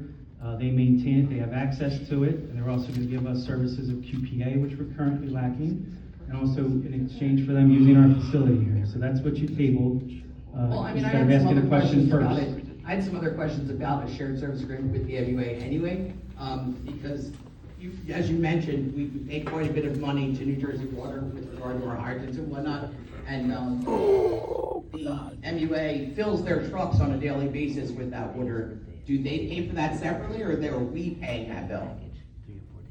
I'm not at liberty to speak about what, I mean. Okay, I mean, I'm wondering if that shouldn't be considered in our shared service agreement as well, because while it's a valuable piece of equipment, I can it's speak also an to, expense. I can speak to what we pay the New Jersey American Water for. It's for fire hydrant rental and maintenance, not actually the water that comes out of it. So, I've always said when I served on this board previously, I've always had a problem with New Jersey American Water and the amount that they charge us, and that I'd rather them charge us for every gallon of water we use instead of the absorbent amount that they charge us for rental and maintenance, because it would be a heck of a lot less. I mean, has the Mount Holly Municipal Authority voted upon this shared service agreement? Have they seen the language of it yet? I have the agreement from them. I can't speak to when their meeting is or what they voted on. I just received this Friday back from them. If it's urgent and pressing, is it possible for us to do a special session to get this done before next month's meeting? If I just feel wish like you would that's have asked me imperative? these questions prior to tabling, because this is a much needed piece of equipment that Well, we I need. think that there's for many fire questions to be department. asked, which is why I would have loved to have had this language prior to 5 o'clock this evening, so that you and I, and perhaps any other commissioners that might have had questions without having access to this language, could have explored all of this with you. It was- I requested it was on the these agenda. resolutions And the language of them, the 28th of July. It was on the agenda last week that I sent you. the- Correct, the that's draft right. agenda, okay, and questions could have been asked then. I would have gladly told anybody that emailed me, asked me a question about that item, of what it was, what it entailed, because it's a necessary piece of equipment. I think it's really disingenuous to suggest that there weren't any questions asked. You and I were back and forth about this, me asking you and letting you know that my work schedule was going to be very taxing. And while that's not your concern or your responsibility, my responsibility lies with these people who put me in this seat. And for me to vote on something that I don't have a full language or understanding of is The ridiculous. resolution.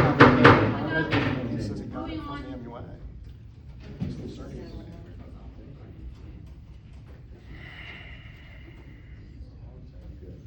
2025-30, resolution entering into a maintenance contract for HVAC, building maintenance, and general maintenance.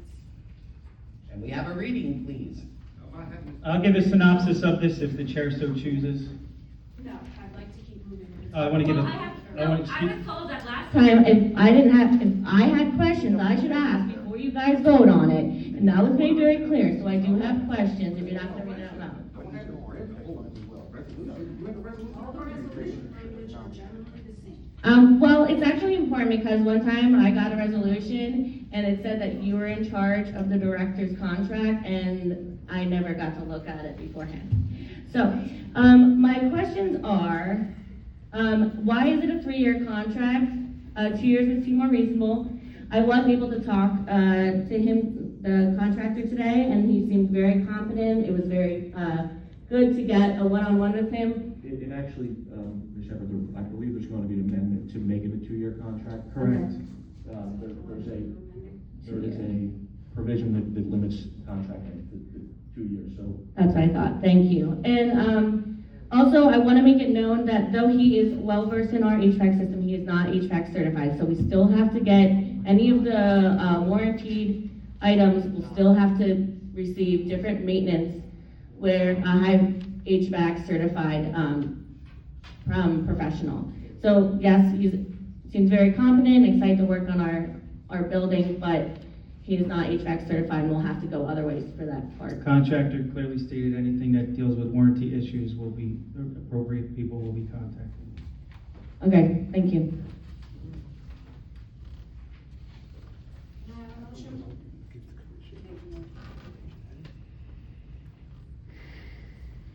I have a second? Commissioner Lewis? I abstain. Commissioner Shepherd? Yes. Commissioner Gasko? Yes. Commissioner Brown? Yes. Chairperson Garcia? Yes.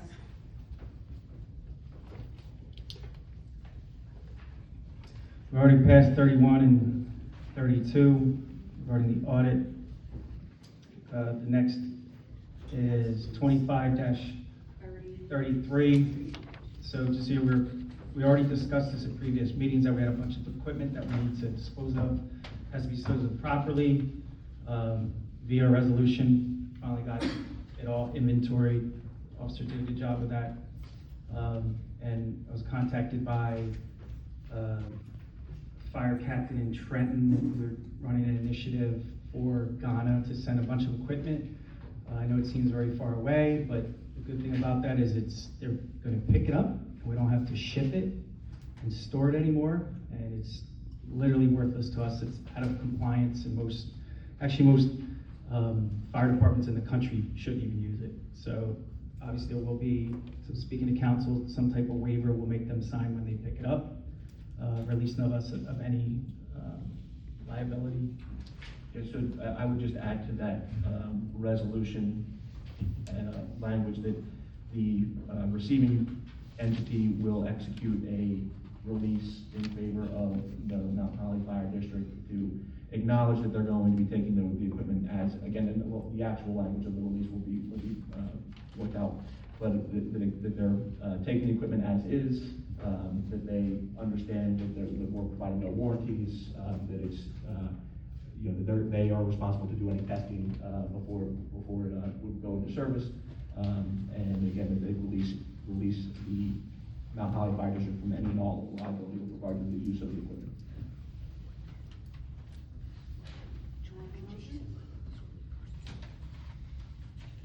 Motion. Can I have a second? Wait, just, that was a motion to approve? Motion to approve, I'm sorry. Can I have a second? Second. Roll call, please. Commissioner Rhodes? Aye. Commissioner Shepherd? Yes. Commissioner Gasko? Yes. Commissioner Brown? Yes. Chairperson Salzgeber? Yes. Next resolution, we're in professional service contract for engineering Green Acres project. We've discussed this before. This is Pinoni Engineering for the Green Acres designation. It's a project that has to be finished. They're on a tight timeline now because they're holding up funding to the municipality for Green Acres until this is completed. So, real question, what part of is this a grant proposal then? So what this is Green Acres? when we built this firehouse, we had to put a easement across Green Acres property. Okay. So in exchange for allowing that to happen, we had to give them land. So they were given, I believe, Commissioner Brown, you've been here the longest. This lot across here would be Green Acres and the Good Temple. So those two parcels are to make up for the loss of inventory for Green Acres. Unfortunately, we're stuck with the bill, if you will, for all the engineering requirements for it to go into the Green Acres program. And we're holding up the bill so that funding can go to the Mount Holly Township, but we're stuck with the bill, the $175,000 bill for engineering. It was your request, the fire district's request, to have a easement out here. Oh, okay. So you put it in there at the request of the fire district to be accommodated. Okay, thank you for clearing that up. 175,000, I don't think that's an accurate number. Can you pull it from the, If you're talking about the current contract for service, I'm sorry, it's just really hard because of like backwards and forwards. $28,000 is the amount of this contract for the record from Pinoni Engineering. It's $6,000 in preliminary assessment revisions and $22,000 in survey and monument setting for specifically for the Green Acres parcels. 17, my apologies, 17,500. No, 17.5. We all know my is just reading that- skills aren't 17.5 is just that it's exceeding 17.5. Oh. So it has to be done this way by reading a resolution. The cost amount is 28,000 for this amount. So this is funding an engineer for a grant that will benefit the municipality? No, this is not part of the grant. So I did ask you previously to provide me with these documents so I was able to review them, so I understood what was going on better, since it is in my professional purview, and I never received anything. What you have in front of you tonight in your packets, all I have is the quote for what they need. And the when you met emails. with them, you weren't able to ask them for all their documents? When I met with them, it had nothing to do with Green Acres. Okay. So where is Exhibit A for this? Should be the next page after the resolution. It's Pinoni's, That was not in. proposal for professional services. Right after the resolution. Sorry, saving the trees makes it difficult. I can appreciate that, they're kind of this way rather than being flipped this way. So you just give me a minute to organize, that'd be great, I would really appreciate it. I ran out of binder clips, so I was gonna clip them too. No worries.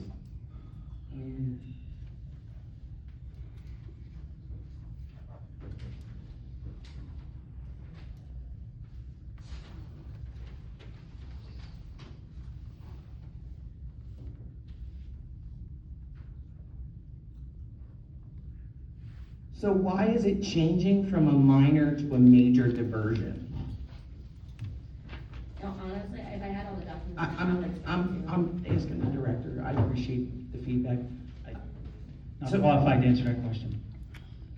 Uh, This was a project prior to me being hired, and I don't have the historical knowledge about it. And all I know is we inherited a Green Acres initiative. We have to transfer, again, my understanding. So when was that change made? What change? From a, This- it says here, division requires that the fire district application be changed from a minor to a major diversion request. When was that? They have requested additional materials and have provided the scope required for setting field monuments to demarcate the diverted properties. When did the change come from minor to major diversion? I mean, if either the Sounds like current they chair or the dictated. former chair could shed light on that, having overseen this project from its inception, I would appreciate the feedback as someone who's new to the topic. I haven't seen it specifically, but just from being involved in these in the past, my my guess would be that this is after we submitted the request to change the Green Acres land, that the state made the determination that because of the amount of land involved, that it went from a minor to a major. That's probably most likely. Is there any way you could ask our previous solicitor for the documents, or would she have them, or who would have the documents that we need to review? Just the engineer Pinoni? They should have all that. They should, correct. And would you be able to review that to draw the conclusion that you've just asserted as a possibility? That wouldn't, again, it wouldn't be my conclusion about whether it's major or minor. That's something that's dictated by the state determines for Green Acres purposes whether the diversion is going to be major or minor. So the state has made that determination, but we don't know when that determination was made. But I do not know. No. Director Cardy, could you ask Pinoni for those documentation? I mean, we are, working with them. You could ask them for the documents since you weren't here previously. I will request those documents.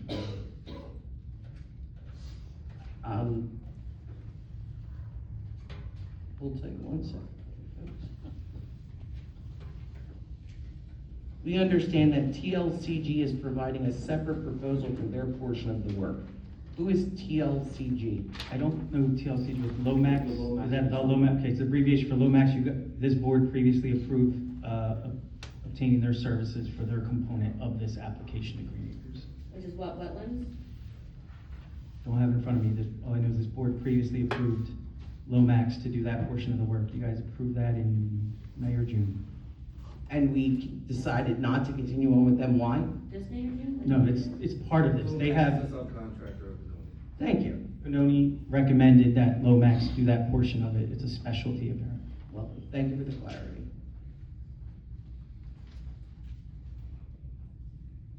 Can we have a motion to approve? I need just 1 more minute, if you please. This appendix was not in the email, so if you would be so kind.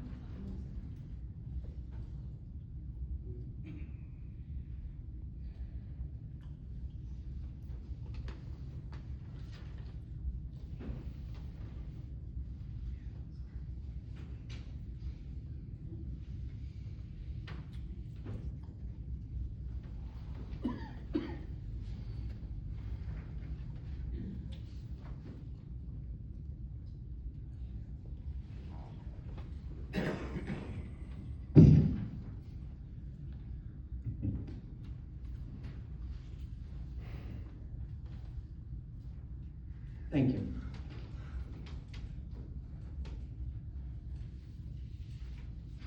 Can I have a motion to approve? I'll make a motion to approve.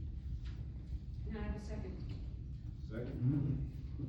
Roll call, please. Commissioner Lowe? No. Commissioner Shepherd? Yes.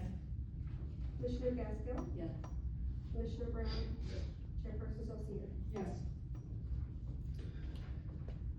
Next is 2025-36 resolution setting salaries of Fire Prevention Bureau employees. So, I'm sorry. I'm looking at your video. I thought we were pulling that. 35 is, the request is going to be the table. I stand corrected. 36. Do we need to do that officially? Correct. So a motion to table 2025-35. Second. roll call, please. Commissioner Lowe? Yes. Commissioner Shepherd? Yes. Commissioner Gasko? Yes. Commissioner Brown? Yes. Chairperson Salzweedl? Yes. All right, so 36 is a resolution setting salaries for Fire Prevention Bureau employees. Recommendation of council that this is going to require a second reading after tonight considered the first reading. Just for explanation what this is, with hiring the new fire inspectors, we have logged behind the times, if you will, with what we're paying our part-time employees. A lot of other districts are offering more competitive wages. So this is having a starting hourly rate for the fire inspector for $27, not to exceed $35. For clarification, the new employees are coming in at that rate. Which rate? The 27, the lower rate, the Okay. lowest rate, Thank you. $27. But for the record, most towns are paying above $30 and sometimes well above $30 an hour. The fire official, that obviously affects his amount of compensation rate. You can't pay people to be supervising less than him. It's coming close, so this is to adjust salaries of all the people in the bureau. Fire official from $30,000 to $34,000 range, he will be put up to the $30,000 range. He's currently at approximately $27,000. So that's what this is. And again, advice of council is to have this is the first reading. This will require a second reading at another meeting. And that same will apply to the next resolution as well, 37, both salary resolutions. And why do they have to be done twice? Similar to when the township does a salary ordinance, a salary ordinance is not done by the resolution, it's done via ordinance. So there's a resolution, or in the township context, there's an ordinance at a first reading, and then a second reading if it passes. Obviously, as a fire district, you don't have the ability to do ordinances, you act via resolution. But in order to have the salary aspect the same as with the township ordinance procedure, we do it first via a first reading and a second reading. Is there a reason why we wouldn't have applied that to the appointment of the director? So, again, this is setting the salary. The director already, there was already the position, there was already the salary range, and I believe the director actually came in below what the prior director had been paid, or at least within the range of, and lower than the director two prior. So he was already within the range. So you weren't changing the salary range, bringing in the current. We didn't have a set and established salary range though, correct? To your knowledge? There was a set rate. It was what was previously being paid. So again, there was no change to that. In this case, since we're changing the salary range, my advice would be to do it this way. Thank you for the feedback. Would your advice be that anyone that has conflict of interest abstain from these two resolutions? There's only one resolution that somebody has a conflict with. Okay.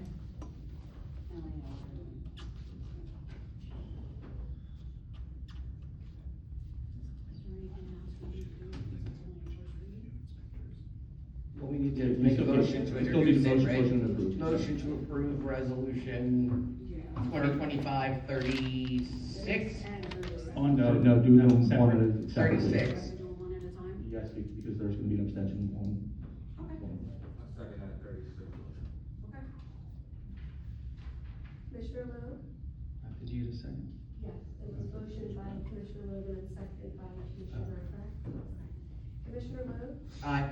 Commissioner Shepherd? Yes. Commissioner Gasko? Same. Commissioner Brown? Yes. Chairperson Salzweedl? Yes. All right, and similar to the last one, it's pretty much the same thing, it's just setting the ranges, the rates. And this is the people that, under the administration, which is finance clerk, between 30 and 34,000. Again, being at the lowest rate mentioned. Administrative clerk at 12,000 to 16,000, also at the lowest rate mentioned. And then the desk clerk between 4,000 and 8,000 annually. Just for clarification, there's the two township employees that receive a stipend for us for answering phones, processing payments during the day while they're here and doing dual roles. So, would it be possible to get job descriptions for each of these titles? I understand that there are other things that, you know, may or may not fall under that title, but much in the same way there's a job description for the things we've already considered this year. I'd love to see an actual outline of that. And secondarily, with the addition of the new fire inspectors, will it be at all possible for them to assume the collection of those fees and things that it is my understanding is currently happening with the desk clerk position? That's not exactly accurate. They are here more hours, they being the township employees. To answer your first question, their job descriptions are dictated by civil service. They have civil service titles of clerk, so that will be a copy and paste of their job titles. We're giving them a small stipend for doing those duties. The other two, yes, you'll get a job description. I've already started compiling the job So descriptions. they are civil service protected employees of the fire district? No, they are township employees Okay. that are civil service union. They have all those Okay. protections, right to All right, receive a through the small. township employee. Right, they're receiving Okay. a small monetary stipend for also working for us. Right, no, and I'm just asking if we're expanding and we're paying it. No, this is, basically all three of these are existing employees that Yep. are already on the payroll. This is just reflecting. An to bring increase in that. everything up to par. It's all within range they're already making, currently receiving. It's just adjusting it for, there's ability to go up when needed, if and when. So it's establishing the window for possible influx or decrease. Just like a salary ordinance, like the Got it. council said, for a range Love it. for Thank you. salaries. Can I have a motion to approve? Again, this is on a first reading, it's gonna require a Yeah. second reading. Motion to approve on first reading, resolution 2025-37. Can I have a second? Second. Roll call, please. Commissioner Lowe? Aye. Commissioner Shepherd? Yes. Commissioner Gasko? Yes. Commissioner Brown? Stay. Chairperson Salcedo? Yes. All right, and last, or no, the second to last. Resolution authorized lease purchase of vehicles through the New Jersey State Contract 2538. This is a state contract expenditure. This is to replace the existing fire inspection vehicle and add a second vehicle. Again, this is on state contract, so it doesn't need the fair and open bidding. Thank you, Counselor. This is, again, these are 2025s. This is done before increases in the cost of the vehicles. This is 2025s, I guess you could call it leftover before the 26s come out, and the 25s, the 25s aren't available anymore.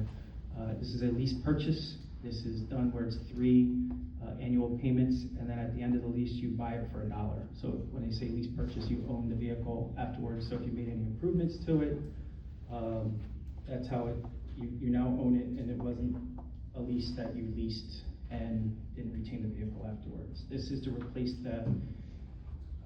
it's a piece of junk, to be honest. It smells like disgusting, like cigarettes. The former fire official, longtime fire official, smoked like a chimney in the thing. Has it been detailed? It's beyond, it doesn't start well, it's having mechanical issues, it's well beyond its lifespan, and it's not. What year is it?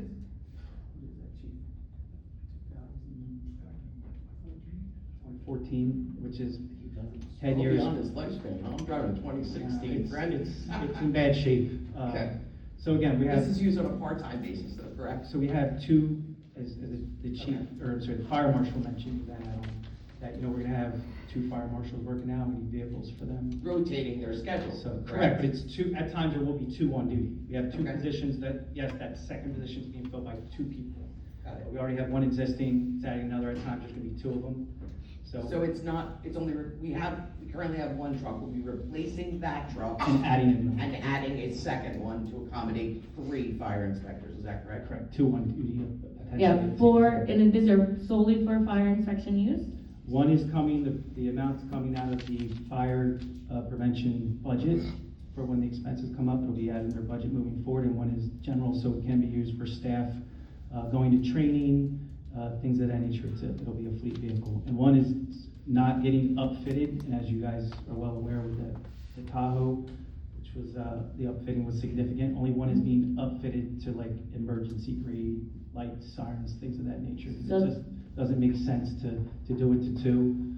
Fair. In an effort to, keep it new and shiny and, low mileage and not as much maintenance, can we, the one that is not branded for that use specifically, can we, much in the same way we put together house rules, maybe put together a list of ways that vehicle can be authorized to be used? That'll be addressed in the policies and procedures that we're working on updating. But it is something you can absolutely look at, yes. All vehicles, there will be a use, policy and procedure for all vehicles. Like logged, and time and, mileage logging? The engines currently get logged, and the latter for mileage and use. A vehicle that's used on a daily basis, it's not really common that you log every single day when you're riding. That's what we do at my company. I mean, if it's, That'll be up- obviously it's a bigger conversation that I trust you all will have. However, I would encourage that. I would encourage a log use of it so that we know if maybe we can highlight any other inefficiencies. Perhaps we'll need a vehicle to address something else in particular, and we would be able to ascertain that by looking at the historical use of the new vehicle. That's fine, that can be addressed in when we have the policy and procedure work group. The only thing I'll say is something like that would also have to obtain blanket policy to the chief who has a take-home vehicle and him having to log every single day he drives somewhere.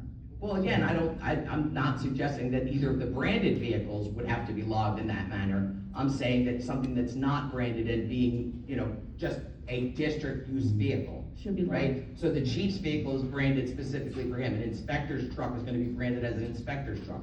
So we expect when we see those are being used in the service of those positions. Whereas if we saw a non-branded truck, it may be unclear as to what service is being performed while utilizing that truck. And keeping a log might be in our best interest. I agree. Just a thought. Thank you very much. My other question is, do we not let, inspectors use their personal vehicles at all? They should not be using their personal vehicles during the performance of their duties. Okay, I was just wondering, I didn't know. That can be addressed in a policy update as well. That's happening. And this is attached with the quote for those vehicles? Yeah, attached is basically, it's the quote from Ford Financing. Again, it's on state contract. That's the amount, so that's what was transposed over to the resolution. And that encompasses 2 trucks? It encompasses 2 trucks, and just for the record, the guy that called me, he wanted to make it very clear, the underwriting fee for $545 mentioned is for total for both vehicles, not times 2. I guess people have contested that. I only ask for clarity because it just says 2025 Ford truck, unit price of $45,880. It doesn't say 2 2025 Ford Well, trucks. this is a quote for one, so obviously it's, So it would be in fact double that? no, the lease, he said the lease fee, double the 45,000, correct, as mentioned as clarified in the resolution of the total price. Again, forgive me, I didn't get that No language problem. until, So but just so for the record, the $545 applies, it's one fee for Underwriting both. For both. You probably know more about that than all of us put together, leases, fees.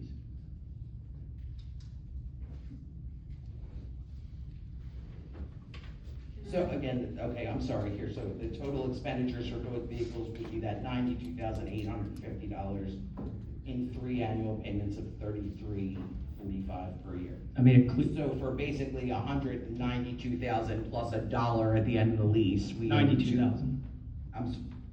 That's not what I said? You said 190. I'm sorry, 92,000 plus, 92,850 plus $2 at the end of that lease cycle. We own both of those vehicles, correct? Correct, I believe there's $1 transaction. That's what I meant, Yeah. plus $2, right? Yes, ma'am. Can I have a motion to approve 2025-38? I'll make the motion. A second. Commissioner Gaskin? Commissioner Logue? Aye. Commissioner Shepherd? Yes. Commissioner Gaskin? Yes. Commissioner Brown? Chairperson Salzweeder? Yes. Last but not least, as previously mentioned, it's Dale checks. If you guys need any more information, Rita will be glad to give you descriptions, but it's basically, we found a lot of checks. Sam has been doing a good job of chasing these people down, and some are thousands of dollars. It's like $1500. Yeah, so we're canceling the checks, and it is what it is. So. Is there any, and again, I'm not even sure, is there a mechanism by which to make a direct deposit payment to these vendors when they are not collecting a paper check? They're not responding to us. We can't. Can't do that, right, okay.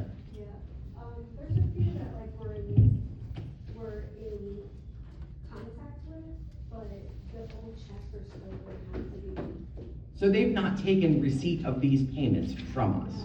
Is there any mechanism at which, you know, we've made the necessary attempt and we don't have to keep trying? Yeah. Okay. Some of them, have to be amended, so there's no check have to be included anyway. Correct. Because they're from October 2024. Right. So this will be taxed. But for the most part, a lot of the vendors are responding to their appropriate emails. Yeah. Equipment is. I don't know who wouldn't want to talk to you guys. Especially if you're trying to give them money. My goodness.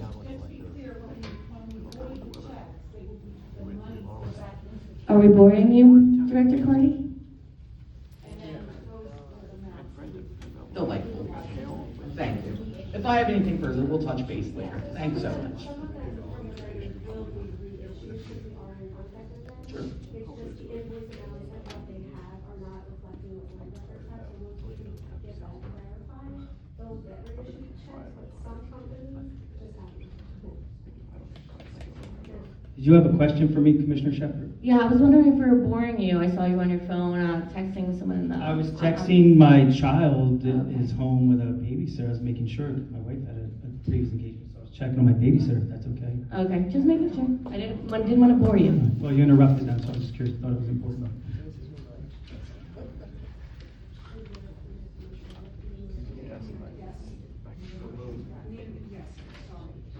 Motion to pass resolution 2025-39. I'm sorry, second, yeah, however that needs to go. Roll call. Commissioner Wood? Aye. Commissioner Shepard? Yes. Commissioner Castro? Yes. Commissioner Brown? Yes. Chairperson Sussman? Yes.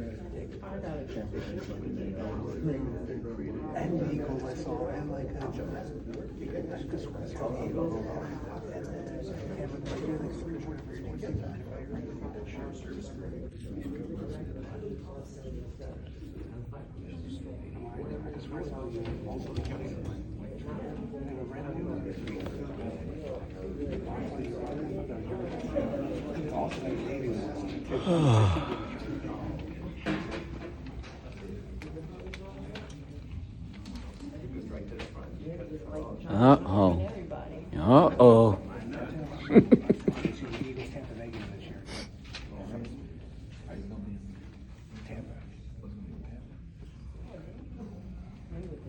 Now we'll be opening the floor to public comment.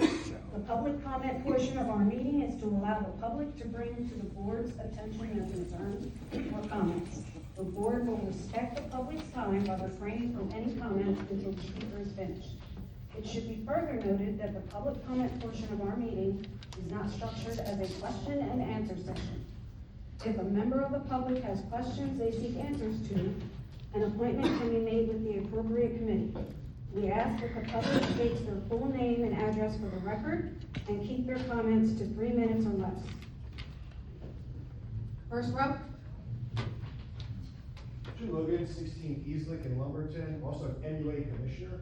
I'm just curious, Jason, where did you get the copy of that shared service agreement that we didn't vote on?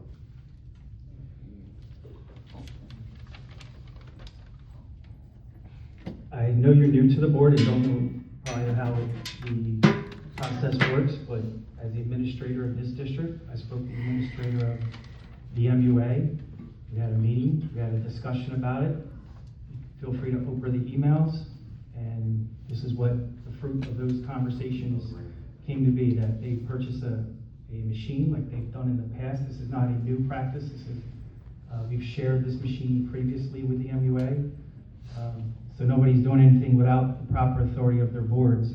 Again, it was brought to ratification. It would require ratification by the MUA as well.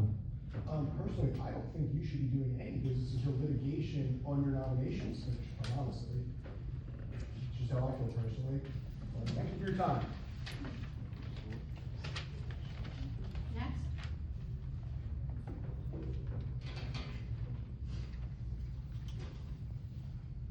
I don't know, I can't tell. Row 2. Row 2, row 3.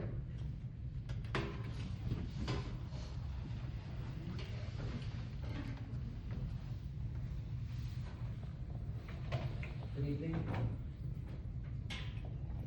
Good evening, Mike Rothmel, 33 Union Street, Mount Holly. Just a few questions and comments. So, just to understand it, with the appointment of the part-time fire inspectors, they're under like the fire prevention, the fire marshal, the fire inspectors, that's the way it goes. And then Mr. Jackson will still be a fire inspector, you're adding 2 more. Is that correct? So, okay. Thank you. And then, also, I'm not speaking as a school board member, but I'm on the Mount Holly School Board, and the meetings are run a lot differently.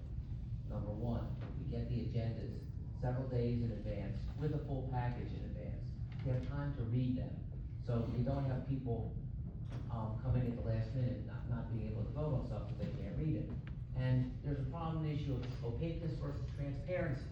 If you want opaqueness, you're going to give people the agendas in a package at the last minute, so they can't understand it, so it gets rushed through. And when you have people standing up because they're treated poorly by not getting them in advance, and then they get yelled at by people at the table, that's wrong, and that's disrespectful. And the way you create respect and teamwork is to get the agendas in advance. The other thing we have is work sessions. I think someone brought that up. So that way, you actually can go through difficult stuff like budgets and things like that, and ask questions in advance in a work session. So you don't have to take all this time at a meeting, and work sessions are open public, but usually less people come then. But that's besides the point, you have a work session in addition to a meeting a month, so that you can digest and ask questions and speak freely, rather than be disrespectful to the chef for asking questions. That's an important point. And then you would have meetings that run smoother, and maybe more respectful, and maybe be working as a team. Because right now, the way it's done, it's designed to be acrimonious because we're not giving board members their agendas and packets at the last minute. The other thing, what the township does, they publish the agenda and packets in advance on the internet. I looked on my phone, only the agenda, these 1-sentence resolution is passed. The public doesn't have a packet, so they can't even discuss or ask questions intelligently. And it's disrespectful to the public, who puts everybody on board and pays everybody's salary, not to tell them what the board is doing. Again, that's opaqueness versus transparency. And I think you need to be transparent to earn people's trust. And you have people here concerned, and they're concerned for good reason, because they're being treated poorly, because they don't get information in advance. And I believe that's somewhat intentional, but it could be also intentional not to do it that way. In addition, I just have a question, with regard to the easement. That looks like it would be a beautiful spot for a rain garden, the way it slopes down like that. I think it's right in front. It'd be a nice entrance to the park. I don't know what the engineering people are doing, but if they could do a rain garden there, that would be, very nice. It would help pollinators in the area, and also be a nice public service. I heard with the budget, you have like $450,000 it appears that's available in cash for the capital part. Is that invested where it gets interest? Cause that'd be a lot of interest, if you get interest out of it, just if you put $450,000 in a checking account. seems like something should be done to make sure that, that earns interest, and that would be a wise policy.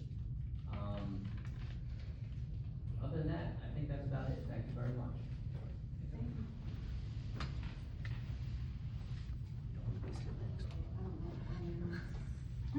You want to further? Okay, so, well, That was four, I'm sorry.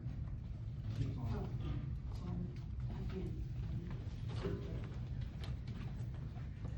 Jeff Metzger, 203 Broad Street. I thought when we appointed this director, everything was gonna be a lot smoother, everybody would be happy, and make everybody's life easier.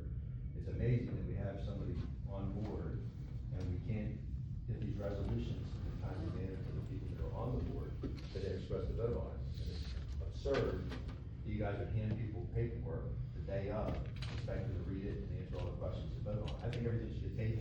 You can't get it to them a couple days in advance so they can do something about it. You gotta make sure employees have them do it. That doesn't seem like a big ask or a big take to get the work, get them to the commissioners so they can make good decisions. So that's the first thing. I understand why we're getting two vehicles for these new people that we're hiring for fire inspectors. Why we need two vehicles? I don't think we need two vehicles, maybe one. I don't think they're all gonna be working at the same time. And it should be specifically for the fire inspectors. I don't think other people should be driving around in those cars. I don't think, they can work shifts. I don't know whether, or I guess they can't use their personal vehicles, is that correct? Okay. Okay. So we have one vehicle now for one person. So- You have to have two. Please finish. Good. And I don't understand how we spent $8 million on this firehouse. Got all these inspections, had all the engineers, we had all these people, and yet we held. We were a family. This firehouse was respected by everybody in the county. Everybody wanted to come to this town. And I don't know what went wrong with this firehouse, but it's amazing that we have a hard time. And if you listen to what's going on up here, it's very hard for firefighters to come in and listen to what's going on and how they're treated both ways to come on board. I commend the people that are gonna come on, the 15 people, because they're serving their time. But they need direction, need to be taken care of. It sounds like some of the stuff, equipment and everything's coming to fruition. So, it's a shame, but hopefully we can get the number of firefighters up. And you guys gotta straighten this out. Everybody's at odds with each other, a lot of disrespect to each other. So, I don't know what you guys gotta do, but you gotta fix it. Jeff, just to clarify, because I had some question about the trucks too. So you guys can correct me if I'm wrong, that my understanding was there is an existing inspector truck that's going to be replaced. Right. And then a second vehicle, so there'll be two vehicles for 3 inspectors. One inspector will have a dedicated vehicle and the other 2 inspectors will be rotating shifts in the second vehicle. Is that correct? The shifts will be, Inspector Gaskell is Tuesday, Wednesday, and Thursday. The other 2 inspectors will split the shifts either Monday, Friday, or it may be Monday, Wednesday, Friday. They will split the hours. So there's 2 cars needed, so that both inspectors, if they're on the street at the same time, can go out to inspections. They'll start being assigned inspections, so that they're not crossing, so the town can be broken up. Right, and I just wanted, I hope And to that will offer clarify a the little more use of the clarity. vehicle, that is not getting cleared, it's not so that everybody can drive it. That vehicle will be so that they can go to school, put their turnout gear in it, drive over to the school, get their education, drive back. If they're on duty crew and we send them out to do something job-wise, they can take that vehicle, they don't have to tie up a fire truck, they don't have to tie up one of the other important trucks. It's not a vehicle that's gonna be driven around for fun. It's gonna be used for fire department business, it will be tracked that way. If it starts to get abused, those individuals will not drive it anymore, simple as that. Okay, great. And I think as far as the new firefighters, you said 2 are from Mount Holly, and the other 13 are from other districts. There's 2 residents of Mount Holly that joined, and 13 from out of town, all already certified. Are they already members of other firehouses, or just moving to our firehouse? So the 2 that joined, again, their residents are already certified. One's actually a career firefighter in Trenton. He was here, he left. The other's Mr. Regan, who's sitting back there, who's got a very extensive impressive resume, more with the forestry side, but he's certified interior. The other 13 joined because of the duty crew initiative that we enacted. So they'll be coming here to run duty crew shifts, and in conjunction with the training we talked about and getting more trucks on the street and responding to calls. Another thing, during this, right before your appointment, I was talking to the chief over at Vincenttown, and he talked about shared services where it actually wouldn't cost us anything. I know West Hampton, we're paying them about $50,000 a year to service our town during the day. And he said if he was in your position, that he was gonna share the services at no cost to the township, which would save us about $50,000 a year. So maybe you should reach out to him, I don't know what his. There's no feasible way for Vincenttown Fire Department to service Mount Holly on a first alarm basis, which means readily available to respond to a call immediately when they're 10 minutes away from us. They already come in on a mutual aid, what we call mutual aid, so we have the town set up in grids. So if there's a report of a structure fire anywhere in Mount Holly Township, actually anywhere at all the 5 RV towns, we actually have an expedited tone, which that is dispatch. They don't have to go through all these different tones. Central Communications located in West Hampton, they had one tone and it notifies all 5 fire departments simultaneously to a report of a structure fire, and we respond automatically. Vincenttown is already part of that mutual aid system where they come in on what, as written, Chief? Yes. So they're already coming in if there's a fire. So there's no mechanism for them to provide a shared service on first alarm for us that they're not already doing. It's kind of interesting because he said, and when I talked to him that he said they had 60 firefighters in their crew, and they'd be happy to, they'd love to use the equipment Mount Holly has and maybe even man the station. But I guess we didn't want to do that case scenario. So, but I think he was offering free service here, and they'd be actually stay in the firehouse, so they'd be right here. That individual was talking about establishing a duty crew program, which is what we just did. At no cost. Duty crew programs, just like Vincenttown established, does have a cost. They do pay stipends to their members.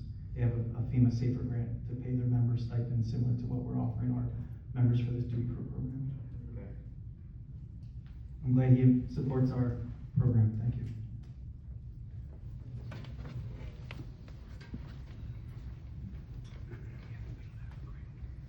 Pierre 4117 Branch Street. First of all, I want to commend you, and I want to commend you, okay? Because for the simple fact, we all have to be respectful, but we also have to ask questions. We are all here to try to make this town better. And if you can't understand that questions need to be asked so then we can get the town better, then you need to leave. Okay? I was in the military for 24 years. And I've seen more acting like kids than us being adults here. And we all need to make sure that we think about that. Okay? I commend you, Chief. Okay? I have a question though. Do your firefighters, with this budget that we just talked about money, is there any way that we can up the stipend for the firefighters that are volunteering for you? So currently, I'm proud to say that most of my members have opted to join into the program, so they are gonna get stipend. Okay. They're part of the same program that the other 15 are. They had the same exact, right, they had, can do the same thing, they'll do the program if they wanted, it was totally up to them. Most of them opted in, so I'm proud of that. The ones that didn't was just because of their schedules, they couldn't do it. And there is gonna be talks about a program or some kind of stipend for them, for what they contribute. Because all I've heard is buildings, equipment, and everything else, but I haven't heard morale. Okay? We need to start thinking about the volunteers who are doing this for themselves and take care of their morale.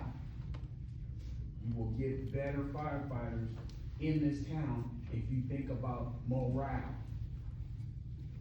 Okay? Second,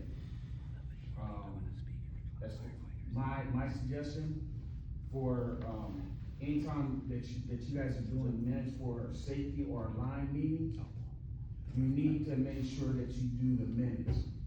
You don't know what can happen in between on what happens during that meeting. If you don't have no evidence, then you can't say that this person was here or that person was in here. My suggestion. And third,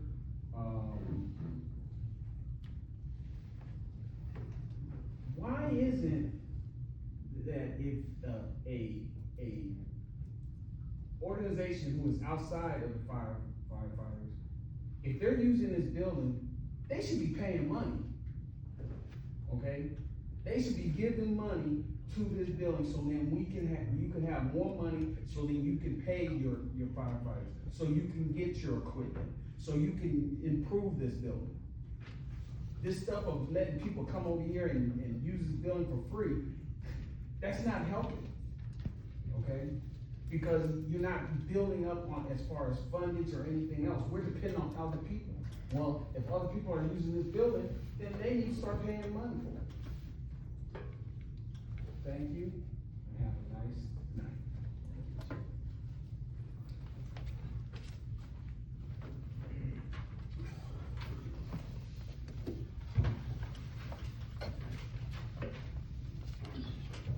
It's Wednesday, can you hear me? Everybody hear me? Happy Wednesday, everybody. It's been a very long evening, extremely long evening. But oversight and accountability to ensure citizens are served effectively comes into play. We've been going about a month, we've been dealing with some family issues, people passing away. And my concern is, Director Carney, I'm in California, okay, leaving Georgia to deal with one death, going to California to deal with another one, in the airport, and I'm arguing about a $10 bottle of water that I'm about to buy, okay? I'm not drinking Aquafina, okay? Do you know I'm standing there and the lady who's helping me is like, oh yeah, I hear your accent.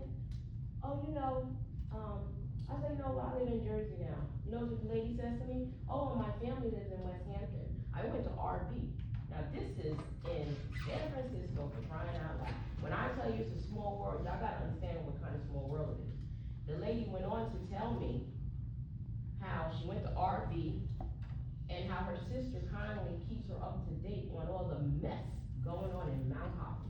Now what kind of nonsense is that? I'm standing in the airport trying to bury my brother-in-law to hear some nonsense like that about my town that we chose to live here after we both got out of the military, after I left Afghanistan to come here and deal with this nonsense. That right there, I almost fell down the airport, had a heart attack and died myself. I could not believe it. She told me the nonsense going on the internet. I logged on to the Fire Commission website only to see our director, okay, in the most uncomfortable situation that you should ever find yourself in as a fire director. You were given an opportunity to lead this department. Someone has to have accountability. You are a Coast Guardsman, sir, okay? And I've been in E5 3 times in the United States Navy, okay? Understand what that means. 17 years in Afghanistan, military police, and I've been in E5 3 times because of my mouth. Accountability does matter at some particular point in life, okay? You have to have accountability. I have a lot of fire safety directors and fire directors in my family. This is not gonna go well, okay? If you can't handle the accountability, this is a fire department. If you can't handle the fire, get out. I'm burning trash in my yard right now. If I can't handle it, get out. Moving on, I wanna ask a question about, Chief, the re-inspections. You say you have 51 re-inspections. Are these fee-based? When these people are failing, the businesses are failing? I don't know what that's about. Director, I wanna just go back to you. As far as the high school, October 15th is the Career Trade Expo at RV, okay? I'm on the Equity Inclusion Board there. So if you need the information from Ms. Tracy, if you don't have it, I can guarantee give it to you. Backing up what my husband and Jeff said about the engineering floor. We should not be paying anybody for engineering floor. This town is full of attorneys. Find one and sue who the hell ever messed up that grading. Okay, if someone messed up my house that I built for $8 million, there's no way I'm gonna put a dime more to it. find the people accountable, hold them accountable. If it means lawsuit and litigation, do it, okay? That's just the bottom line. As far as the finance meeting committee, you know, that is mind blowing me. If you need a meeting, you should have a work session. All people should be accountable. If it can be Zoom, because this meeting is long. I think the planning board meeting is one of the longest meetings in our town, okay? And rightfully so, we all have families, people have to get up and go to work tomorrow, or what so have you, okay? It is appreciative on some levels, that we're here, but also only if we have the proper information, so it's not lingering on. We could have been gone 2-3 hours ago. We just didn't have to be here if things were done properly. As far as the summer camp, I appreciate you said the truck went to the wet down in the mud fund. What else are you going to do moving forward as the new director for this summer camp? I have been on this town from day one. My husband, a lot of people about this recreation committee. So that's a township function. Since you brought this into the floor, what your fire truck did, what is the fire company going to do moving forward to help that recreation? Okay, are we gonna do some stop, drop, and roll over there? What else are we doing besides going with that hose and wetting kids down? If you talk about fire safety is in October, then let's do the pre-education. Give them something to do in the summer also. We have the museum, God knows what's going on with that museum. God knows what's going on with this room, you know, I don't know. But these are just things that I'm thinking of as I'm listening to people. You also said there's 2 trained fire people in our town. I commend them, you know, I truly commend them. Because this is a hellstorm right here. We gotta get it together, people. Fire is very important. The township meeting is one thing, but fire is life and death, okay? Fire is life and death. And I was in a fire when I was 3 years old. Fire is life and death. The flooding issue, you said something about that, let's go back into the engineering floor. All of that goes together, okay? All of that goes together. Just quickly, I had just a quick question. You said something about 12 people per class, advanced training now available, that had been missing for negative 20 years. Something of that nature, I believe you said, Director.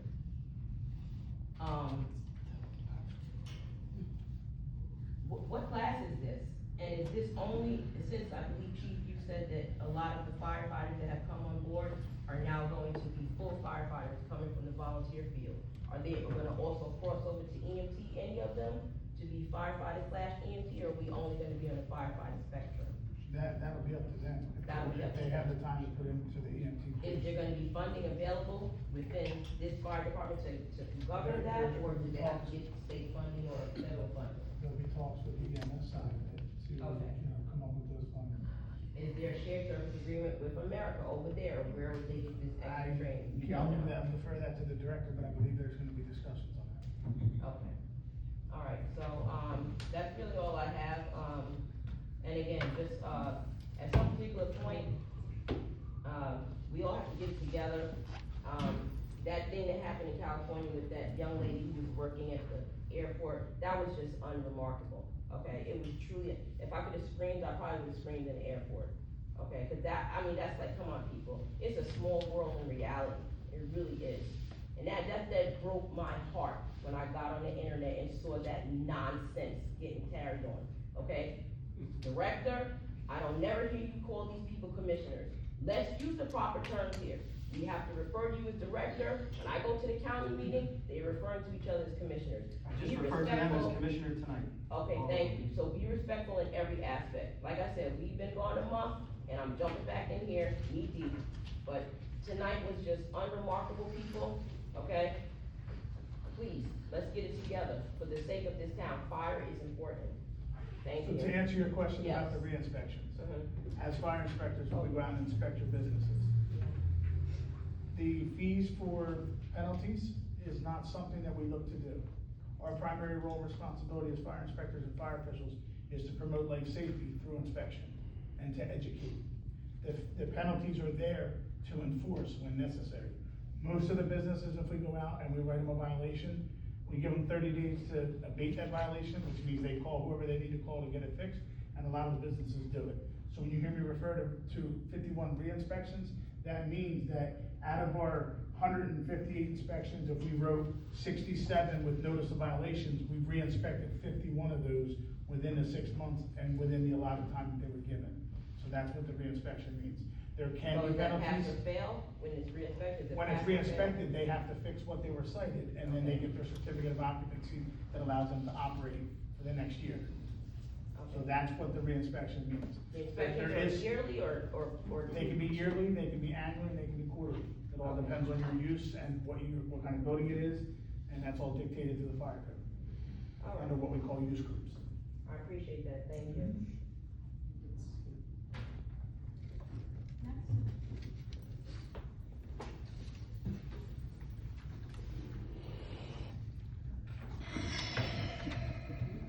Gary Grotz, 536 Garden Street. Regarding the budget, I think the auditor mentioned there was roughly $450,000 surplus that hasn't been earmarked for 2025. Has the commission thought about retiring a portion of the roughly $7.9 million in bonds that were issued to build this facility? I think this year alone, in 25, the debt service is roughly $480,000. Excuse me, 142 of which is just interest.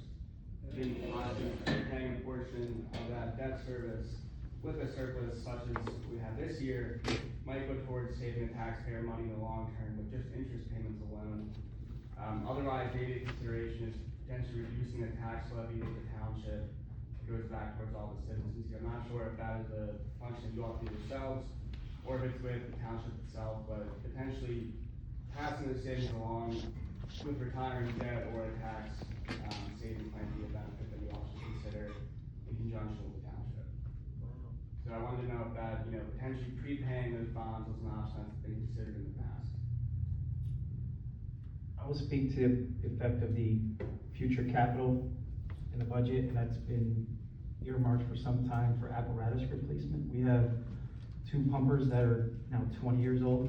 The life expectancy of those has a usually ceiling of 25 years, so that's gonna be in the very near future. And we have a ladder truck that's now 25 years old already. As long as it keeps passing its annual testing I referred to earlier, we can continue to use that. But it's not a matter of if, it's when. It'll no longer be serviceable. That truck brand new, because if there's one item that's raised exponentially, it's fire apparatus. It's now a pumper, an engine is now excess of $1 million, and the ladder trucks are now in excess of $2 million. So that in that budget, that is earmarked for future outlay to buy new apparatus. The surplus of $4,000. The 400 plus is for that, because the goal is to minimize the debt service when that is purchased.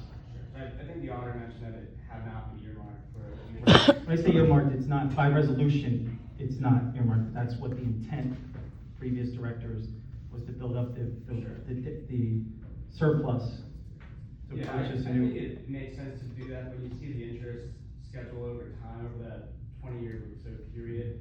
It's over a few $1 million just interest. So prepaying some principal up front when you're early on that life of that repayment schedule may pay for that truck itself.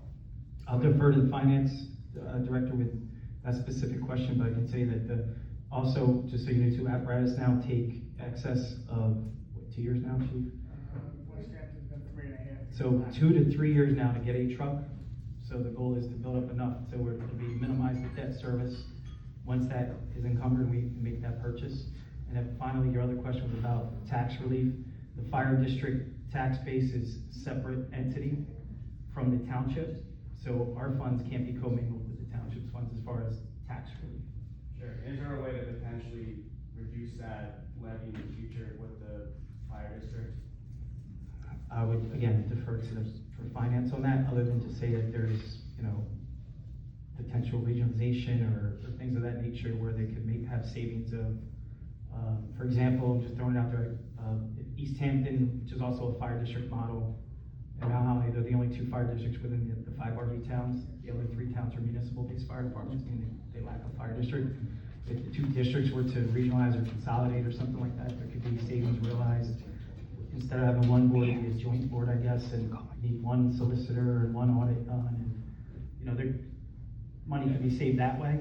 I mean, that's like the way that the talk of the future. I think EMS more so than fire right now, that they're looking into that with a regionalization initiative to try to consolidate the service and to save money while providing a better service, improved service. Thank you very much. Welcome. Director, would that be more of a consolidation of administrative services in an effort to have more money available for equipment? So there's LEAP grants available from the state. That's something that, could look at if the board chooses to go that direction.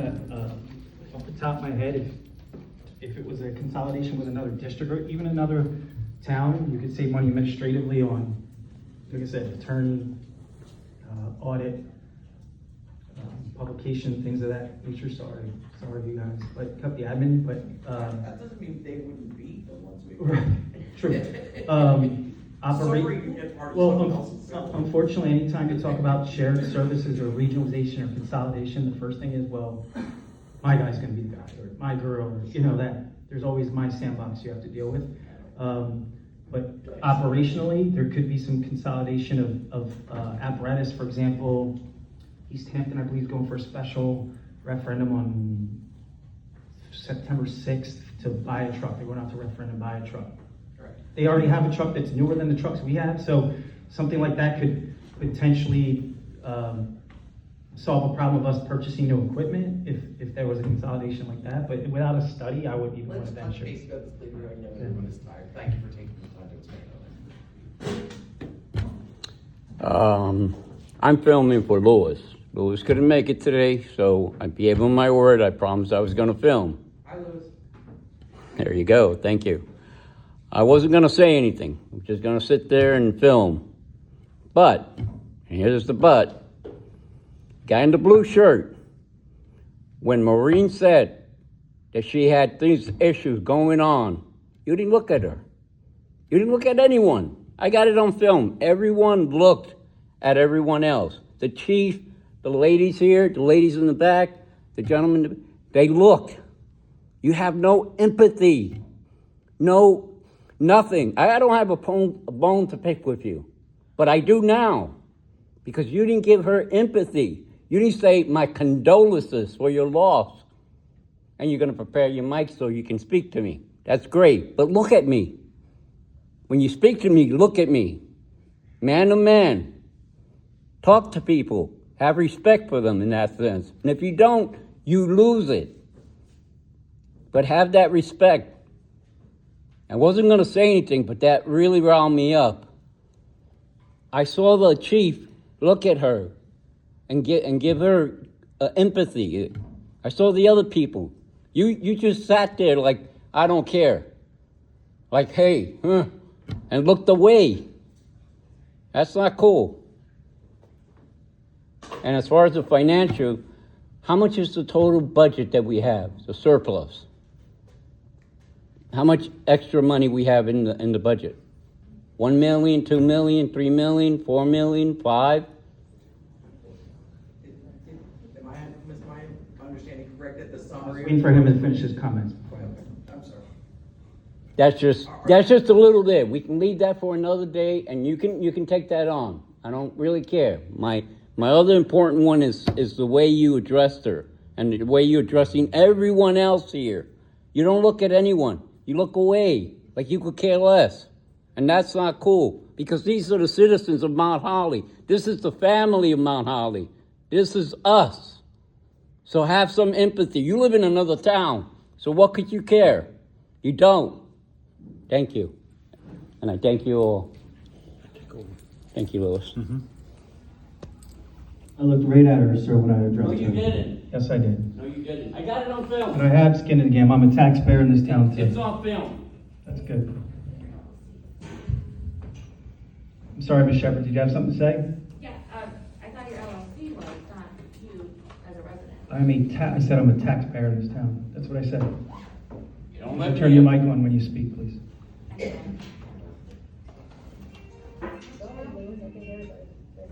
did you have a quick question? Yeah. Yeah. Hello, okay. Louis Lopez, 911 for a quick question.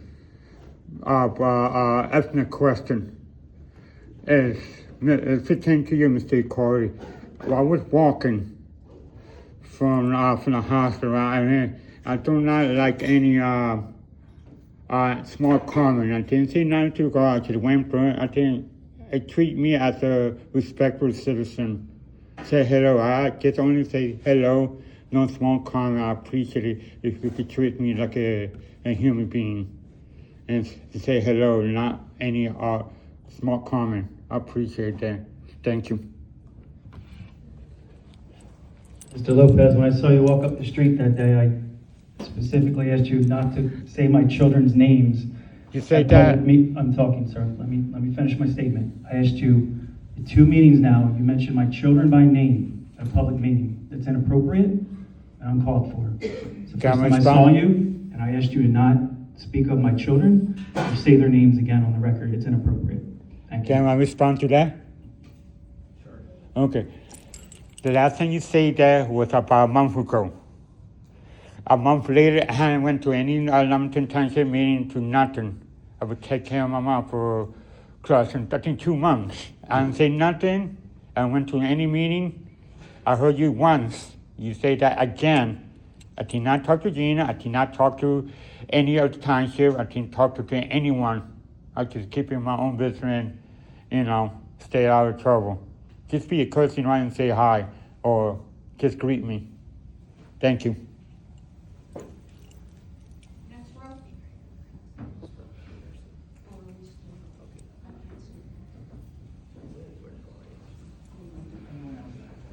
Is there anybody else?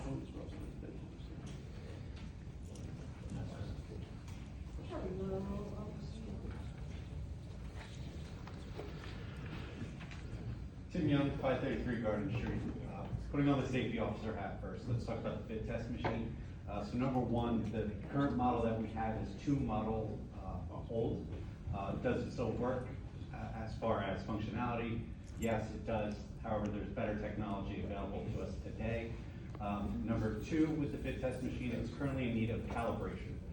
With calibration, that has to be sent to TSI out away. That takes about a month before we're going to get that back. Number 3, there's a tab on the machine that we recently discovered is broken. Is the machine still operational with that tab broken? It is. However, do you really want to operate broken machinery? Number 4, we currently need salt tablets. It's a component that's needed as part of the fit testing. We don't currently have them on hand.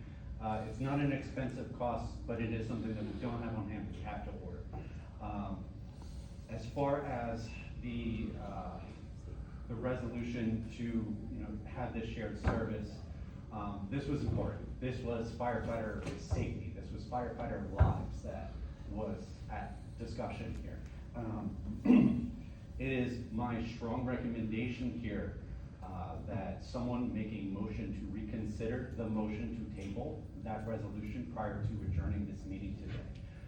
Essentially what you've just done is you've thrown now into my lap the decision to the possibility to have to decide whether we're going to send guys into fires with inappropriately fit tested masks, or am I going to say, actually, none of these new guys that we've just brought on that we're going to be paying to be here can go interior to any building whatsoever. And now you're wasting people's money that way. So either we're going to waste people's money or we're going to put lives at risk. So please, I strongly urge you as the safety officer, as the safety officer, please somebody make a motion to reconsider the motion to table. Take the time, read the damn motion out loud, and then reconsider that, because that is important. Taking off the safety officer hat, I apologize, I will get to you, Mr. Lynn. Taking off the safety officer hat, putting on my private citizen hat, as a taxpayer, as a voter, as someone who used to be an elected official. Committees never had any type of authority. They were always an advisory thing for any elected board. When I was on the school board, for 3.5 years, most of those spent as the vice president. I sat on 9 different committees. 9 different committees I had to meet with every single month. In addition to going to the public meetings, we had 2 meetings a month. We weren't compensated for that. As far as I'm aware, I believe that you all get a stipend to be here. You're getting paid. So I just don't understand And respectfully, I voted for you. I voted for you. I don't understand, if you're being invited to meet with someone as part of the committee, even if it's just advisory, that's important. And we voted for you to do this. We are paying for you to do your job. I agree with Miss Rita. If you don't want to do the things that we elected you to do, stop doing it. Stop doing it. Because this is important. You are in an advisory position, yes. However, what that means is you get to decide the way forward. And then that way forward, you present it to the board then votes on it. The reason your committees are not in an official capacity is because you can't make decisions behind closed doors. That's just how public bodies work. That's the Open Public Meetings Act. So I just really, as a person that voted for you, I am upset by this meeting. I feel let down. I feel like I wasted my vote. Yeah. And I hate that feeling. So I really hope that you do better, that you put your egos aside, and respectfully, because I like all of you on a personal level, put the ego aside. You know, I'll just throw this out there. Mr. Carty and I have our past. We have our history.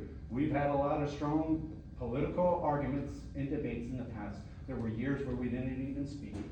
Today, Mr. Carty and I spend many times, I get phone calls throughout the week from him where we're talking and discussing about ways forward. We have meetings constantly. When I'm in this building, we are constantly throwing ideas back and forth.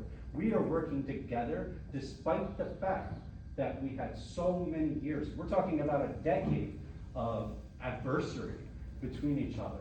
And we have put that aside to do better for this district. So I really hope, respectfully, that you put your differences aside and figure out how to do the damn job without looking like children. I have a couple of questions. I mean, first of all, thank you for your remarks. Thank you for your courage and your support and your honesty, okay? And I would like the opportunity to be honest back with you. Having not had an opportunity to consider any of the language of these resolutions, they were sent to my email box at 2:38 p.m. I work for the state. I am prohibited from practicing any of my political responsibilities during that time. I arrive home at 5 and I'm expected here at 7 to be fully informed about all of this, okay? That resolution with the full text was not provided to me until this afternoon. How am I meant to accomplish that? And then secondarily to that, I didn't go into many of my questions, one of which was the MUA's usage of water that the district is paying for. That's the responsibility of the township. So if you're standing here telling me that our machine is not currently broken, it is not necessarily adverse for our brand new members who I'm excited to have, and absolutely 1,000% understand my responsibility to provide them equipment that keeps them safe while they are fighting fires and keeping us safe, okay? If it can go one more month so we can have a broader conversation about the cost benefits and the benefits that this district will get as a result of a partnership with the MUA, rather than entering into a limited service agreement here and having no further leverage about what we might be able to recompense for what we've been giving away for free. That's problematic to me in the fact that I am fiscally responsible to you, the taxpayer. So this is my balance between your safety hat and your taxpayer hat. Secondarily to that, as you may have heard me say, Mr. Carty and I, Director Carty and I, while he was Mr. Carty, had an adversarial exchange in this building, okay? I was verbally attacked by him, and while he may tell you other people will have seen it a different way, I do not feel safe in his company as a woman, in a room full of nothing but women. So if you are permitted to and would like to join us as the safety officer, the director can let us know if that's possible, I would be delighted to meet in person. Absent that, I need it to be on Zoom so that I continue to feel safe. I refuse to do it other than that. I'm sorry if you feel disappointed in that, and I'm also a little sad to say that if I were a man like you are, I might feel much better about approaching the situation. As I'm not, this is where I sit. So I'm sorry to have disappointed you. I look forward to doing better in the future, but I will not risk what I believe to potentially be my safety to have you not be disappointed in me.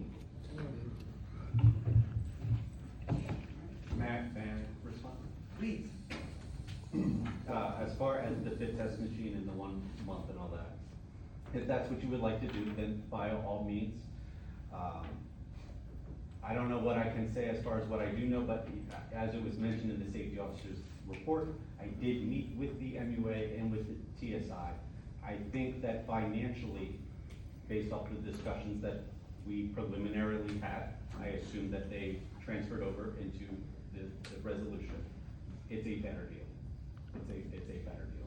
And I appreciate the feedback. Thank you for taking the time to get up and give it to us. Yeah, but how would we know that otherwise? You just heard from the safety officer, he asked you to reconsider the resolution, and you know why. And you reconsider. But it's not just, the resolution is not just about the fit testing. It has much further reaching implications of the shared service agreement. They already use this facility, the MUA, for their meetings. That's part of the agreement. And the other portion is the QPA. They have 5 certified QPAs, qualified purchasing agents, on staff there. It's a pretty cut and dry arrangement that we actually gain more than anything. They're getting a meeting, they're buying a significant portion of a piece of equipment. We're simply housing it and going to help maintain it and perform the fit test with it. And they're getting to use a room out of it and come here to do their test. It's that simple. That's the shared service agreement. And just to Mr. Young's, the board does have the ability, if they want to reintroduce another resolution, but I would defer to council if it'd be a different number or the same number. You have the ability to reconsider. My issue with the MUA agreement is that technically, as a firehouse, we have the ability to rent out space, but we don't rent out space. We have all these shared service agreements. So yes, they will be buying this great machinery and we'll be sharing with them over time. But over time, that amount goes smaller and smaller and smaller. So the shared service agreement, how long does this last? Are they going to redo it after, the 10 years or how many years it needs to be done? There's no end in sight that actually benefits the fire department except right now. No, we could buy it, we have the capital. We could go directly to, what's it called? Occupational health situations. They don't do fit testing. They do fit testing. I got They, fit they, testing. they do your respiratory, pulmonary testing. They're not doing your, we have to do a fit test with an SCBA mask or N95, any face pieces that firefighters are utilizing. And you mentioned it's not a value or how long. They're literally gaining, in writing, something they're already doing is using this room once a month for, I've never seen an MUA meeting last more than an hour. That's what they're getting out of this deal. We're getting a QPA to use up to 5 hours per month. And we're getting, how much is the machine, Mr. Young? I don't. $17,000, plus the service agreement, they're purchasing it on it, adding to it's another $5,000 or $6,000. So the gain is all ours in this shared service agreement. It's more than that. It says that they're gonna be given office space to be here. They're not given office space. They're getting access to the machine in the office that it is. That's their 2 people, their safety officer, their compliance officer, who I'm looking forward to working with. He got great networking with Mr. Young. We'll have a key here and access to the machine, and we can collaborate on safety policies and everything else. That's all they're gaining. The key to the building and a meeting space that they already have. That's literally what the MUA is gaining. The gain is all ours in this agreement, where we're getting this machine access to it. We're going to use it 5 times more than they will. Director Yet Carty. they're paying to service it, and we're getting a QPA services. Director Carty, does the MUA fill their trucks daily with the hydrants? I do not have the knowledge to speak to that. If they fill their trucks, I know they have a vac truck. And again, I already stated earlier, we don't pay for water. We're paying for, I said water, W-O-O-D-R, I'm sorry. We're paying for hydrant rental and maintenance. We do not pay for water. What I said earlier for clarification is I wish we only paid for water, because our bill would be a hell of a lot less than what we're paying for hydrant rental and maintenance. So are they filling them under the hydrant rental and maintenance of the district? Again, I don't know if MUA trucks even fill with water. I can't speak to that. I'm not certified with anything to do with the MUA, of what they do in their daily operations. But if they are filling their trucks, right, that's done. We're not paying for that water. The New Jersey American Water has an obligation for the hydrant for our rental and maintenance. So for example, the chief and I were training a new driver on the truck just 2 weekends ago when we did the Century race. We're like, let's run up here and train these guys real quick. Did some evolutions. a hydrant started to fail. It showed it, what we call undermine a hydrant. There's a number we call, and they're obligated to come out and fix it. We discovered from that it's not even an MUA or a water company hydrant. It's a private hydrant. If you develop property, sometimes you're responsible to bring your own hydrant in, so then therefore that property owner is responsible for that maintenance. So it's not even their hydrant. So again, we don't pay for the water. We could go out there and flow water all day for 10 splashdowns a week. We're not paying for the water. It's actually unaccounted for water from their system. They can tell when it's flowing based on their gauges and. So is that calculated on the number of hydrants that exist or the number of our trucks that connect to those? Nothing to our trucks. We're paying for the number of hydrants, a fee based on the number of hydrants for service, maintenance, and the rental of that number. So if you take that number, the total amount, which was $180,000 projected this year, I think it's absurd. It's literally 10% of our budget. It's the number one item in our budget, second only to debt service on this building. And if you take that number, it's an astronomical number. And coordinating with other chiefs and directors, I've put out the call just to try to do my due diligence, like, hey, what are you paying? What's your service? I know some municipal-based water services, they're paying a lot less than what they're paying New Jersey American Water. And for the record, I've already reached out to the BPU to get clarification on their justification for raising rates on us, if there's a process of notification, because we're getting some ridiculous bills. So we're doing our due diligence on that as well, just to make sure we're not getting, taken advantage of with that billing process. Commissioner Shepherd. So one, the fit test machine was discussed with the safety officer of the MUA, that it would be stored here in the building in the safety officer's office. So we always 100% have access to it here. So we actually gain more out of it than them. They use it much less often than we're ever going to use it. And then just one last thing, and then I'm going to sit down. What I'm asking for you to do, the motion to reconsider, the motion to table, to then make the motion to discuss the resolution, read it out loud, whether anybody likes it or not, and then have a discussion and have an actual debate on it and decide on that resolution, not just to table it for another day. Today's the day. Thank you. Under your safety hat, really quickly, can you tell me what is the MUA currently doing for fit testing their employees? Do they have an existing machine, and if they do, is it in better condition than ours? They use ours. So they're currently using our deficient one? Correct. Or the one that, okay. And, okay. Yeah, so as I just mentioned, they use it a lot less often than us. Right. So they've already done what they needed to do for the year, and at the point that they used it, the machine was within calibration. So it was still at 100% operations. Whereas today, it needs that calibration, it has to be sent out before we can use it again. Does that help answer? When was the last date of calibration, do you know? Do you have a guess for me? Offhand, I don't. Chief, do you recall? I'll say April. April? Of this year? No, April of last year, it's every year. So it was done in April of last year? Correct. It was sent out to TSI, that's why there's a blank case. They do the test, they send it back and mail it to you. So you're down the machine for about a month and a half by the time you do it. But it's been out of calibration for how long? Since April, we stopped using it. Yeah, so we do our yearly fit testing first, in January through March at the latest. Great. So around March was likely the last time that it was used. We've discovered that it was in need of recalibration after the last round of new members were brought in, because we needed to fit test them. So when we went to do that, we realized that we couldn't actually fit test them.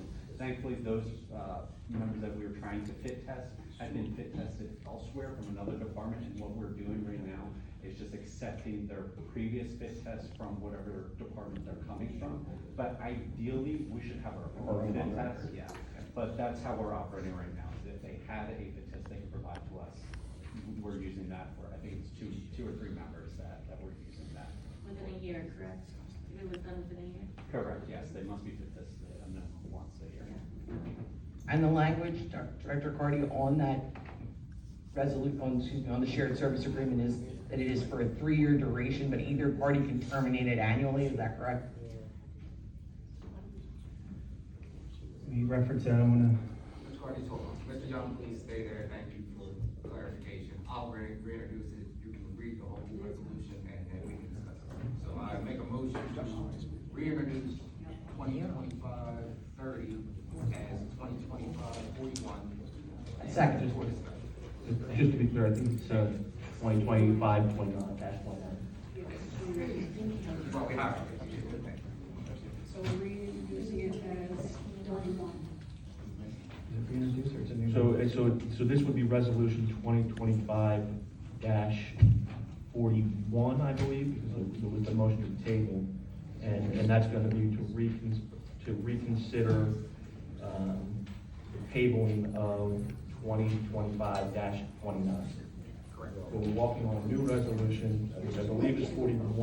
If the tabling is 41, then we need Correct, 42. yeah, you're correct. So 42, and the motion would be to reconsider the tabling of 2025-29.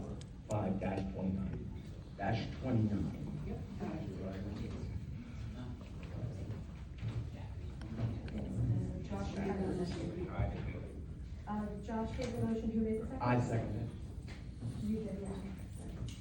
Do we have a roll call, please? Commissioner Lowe? Aye. Commissioner Shepherd? Yes. Commissioner Gaskell? Yes. Commissioner Brown? Yes. Chairperson Saucier? Yes. Now we can go to the actual resolution itself. We're gonna read it, right? So there should be a motion to introduce, and then a motion to second, and then any discussion, and then if discussion is necessary, then it would be.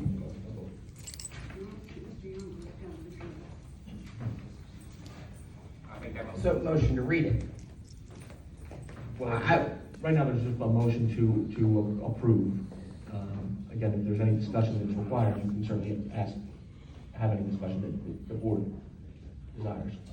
Okay, so are we back then to the question that I asked Director Cardy? I mean, like, I'm trying to understand. So it's your Because question, ma'am. I think now we're unclear again, because we're gonna do this, we do these three things about Robert's rules, and no one knows where we're at, except for the people who speak it fluently. So there was a motion to reconsider the tabling. That was Yes, 40, or and we 25. said yes. So that was approved.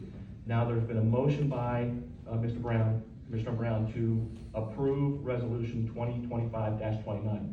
Currently, there has not been a second. So I would like to have the resolution read. I'll second. I've made a request prior to So a second. you're asking for a motion to have the resolution read in its entirety? Because we didn't get it. Is that not what Commissioner Brown just said? I'm sorry, I'm unclear. He said, well, just read the whole thing and be done. I'll gladly read the resolution.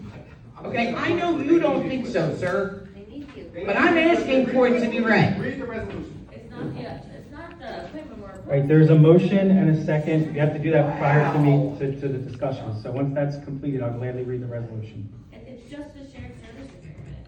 That's the real issue, because we haven't had a chance to really dive into Hold it. it up to them getting what they need. And Tim just said they need it. You shouldn't push through. Okay, well then can we just pull out just that piece?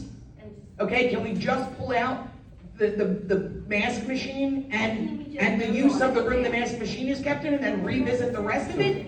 So, again, that's right. The agreement as proposed is in its entirety. You guys can have whatever discussion you like on it. If you feel you need time to read it, you can take the time to read it. Or if the body feels that they are ready to vote on it, they can vote on it. There was a motion and a second. There's a motion and a second. I'll read the resolution as per Mr. Brown's request and numerous board members. Resolution authorizes shared service agreement between the Township, Mount Holly Fire District, Mount Holly Municipal Utilities Authority. Whereas the New Jersey Uniform Service Shared Services Consolidation Act authorizes local units of government to enter into agreements for the joint provision of services, which agreements will result in cost savings, operational efficiencies, and other public benefits. Whereas Mount Holly Municipal Utilities Authorities agree to purchase and maintain a respiratory fit test machine for mutual benefit of the MUA and the Fire District. Whereas the Fire District agrees to allow the fit testing machine to be stored and operated in Mount Holly Firehouse located insert address 17 Pine Street to provide MUA with reasonable access to the firehouse and meeting room for purpose related to use and maintenance of the equipment, i.e. they can come down here if they have a big group. They're doing fit testing everybody at one time, not being consolidated to that little office upstairs. Whereas further agreed to provide qualified purchasing agent QPA services to the Mount Holly Fire District not to exceed 5 hours per week, which For the record, we won't even have close to that. To assist in procurement activities in compliance with applicable laws and regulation, whereas both parties believe the shared service agreement will promote governmental efficiency, compliance, and public safety. Further be resolved by the Commissioners of Mount Lake Fire District, Burlington County, State of New Jersey as follows. The Fire District hereby authorizes a shared service agreement with Mount Lake Municipal Utilities Authority for the purchase of the maintenance of the MUA of a respiratory fit test machine, storage of equipment at the Mount Lake Firehouse, reasonable access to the firehouse for the meeting room and its meeting room by the MUA staff for purpose of related to fit testing, provisions of qualified purchasing agent, QPA services, MUA to the Fire District up to 5 hours per week. The Fire District Chairman and Secretary are hereby authorized to execute shared service agreement. Any related documents subject to review and approval of legal counsel. A copy of the fully executed shared service agreement shall be kept on file in the office of the Fire District, made available for public inspection during the regular business hours. The rest is standardized certification language that appears on every resolution. Again, this is to clarify, like stated, this is they're buying a machine, they're paying for an extended, very expensive extended warranty on it, which includes all that shipping out and annual certification, testing, calibration of it. They get access to the machine, we both use it, and we also get QPA services in return for that. And obviously they're using this meeting space, the room has clarified, or as stated.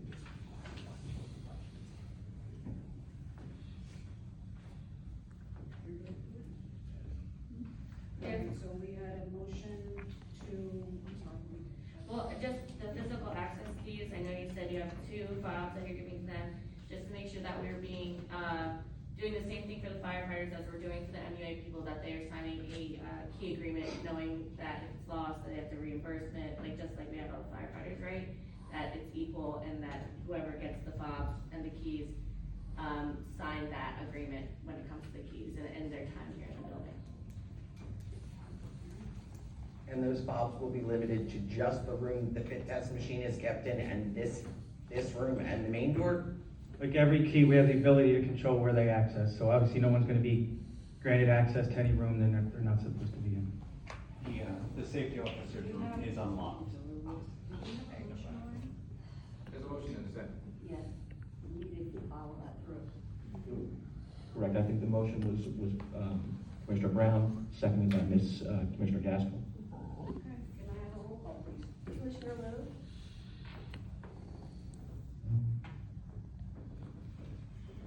Aye. Commissioner Shepherd? Yes. Commissioner Gaskell? Yes.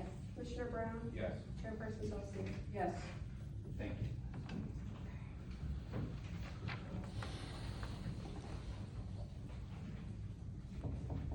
Anybody else in the public? Seeing none, closing the public portion. Solicitors report? I'll reserve my comments for executive session, but I will add to the executive session a resolution that, in addition to attorney-client matters, there's also an update on litigation as well. And as for. I'm sorry, may I just, I have a quick question, I know you don't want to give us any of this. The resolutions that we looked at this evening, when were they presented to you for review?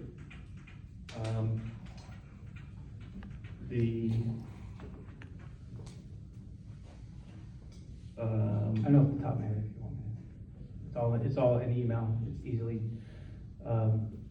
searched. So several resolutions were prepared by council. As I stated in the email, you get them, I try to send them all to you together. I received a couple of them from him just this morning. He had a family emergency on Monday, which was always our deadline to get everything out to everybody. But when were they sent in? I'm answering your question. Let me finish. I just received 2 or 3 of them from him today. Others were at times sent the audit one. So I'm really tired, worked overtime last night. So others were sent to him for review. I'm sorry, Ms. Shepherd. Nothing, I was just saying, these are excuses, I wanna know when. These are not excuses. I'm giving you I'm answering the question. Again, there's been multiple times back and forth with. I'm sorry. Can we stop? I had to look over, that's my problem. Can I have an answer from you, solicitor? Sure. When were those resolutions submitted to you for review? I would have to go back and look at all my emails to tell you exactly. With regard to the audit resolutions, I prepared those. Right. Those were sent, at some point last week. I don't remember the exact date. while Okay. There were 3 additional resolutions that Mr. Cardy asked me to prepare. I sent them to him this morning. Okay. The remainder of the resolutions, I got at the same time as you did this afternoon. So there are only 4 resolutions in total that we looked at tonight that you have reviewed and or written? No. The audit and I 3 prepared others? all the audit resolutions. There was 2 audit I'm resolutions. sorry, 2 audit resolutions. I prepared 5 in I total. think it was 3 or perhaps 4 resolutions those were provided this morning. But the remainder of the ones, I did review all those. They were sent to me at about 2:30, whatever time you all got them. When were those requested of you? The 3 that you submitted this morning? They were sent, the request for me to prepare those was sent to me on Friday. Again, unfortunately, I had a family emergency I'm not gonna go into. No, please, I wouldn't dream of it. On Monday and into Tuesday, so I got those to you. So the request to create these resolutions was not sent to you until Friday? Some of them were sent to him Friday. The 3 that he created, other than the audit? Correct. Okay, thank you very much, I appreciate that. Others were templates. Appointing volunteer firefighters as a template from a previous, as is others. They're standard language based on previous resolutions. Instead of having the solicitor prepare them all, that we already have the templates. Right. They're used that way to save. Well, I'm just trying to figure out, again, for the sake of clarity, I am trying to figure out, because I did express to you a desire to be ahead of the ball so we could make these meetings more truncated. I had a deadline And of you Monday. insisted that they must all be sent together. I had And a you deadline said that of some of Monday, them were they delayed as, met. please let me finish. Mhm. You said that some were delayed as a result of the solicitor. So I wanted to be clear which he was required to prepare, which he had been requested to be prepared, when they were requested of him, and what the turnaround time looked like. I now have that answer, so thank you very much. I appreciate that. Perhaps we could coordinate with our solicitor prior to the Friday before the meeting, because I know we talked about this last month, having the meeting minutes and agendas and resolutions with the language therein, because I don't think, it's been 8 weeks since our last meeting, so to have these being prepared at the very last possible second, I don't think serves us well, it doesn't serve the district well, it doesn't serve the potentiality for our collegiate relationship to improve. So I'd like to look forward to, if you're in your future, working together, and I would appreciate maybe reevaluating the way we're doing that. We can work to change that, and I can tell you as a previous board member of this, and Mr. Brown can tell you even more, he served on this board for 20 years, this is the way it's always been done. I'm not saying the way it's always been done is the right way, but that's the way this has always been done. Well, I'd maybe like us to build a brighter future so that more people would be encouraged to be involved in something that maybe they don't have the historical knowledge that both you and Commissioner Brown have. I'll make a motion to approve 2025-40 to go into executive session.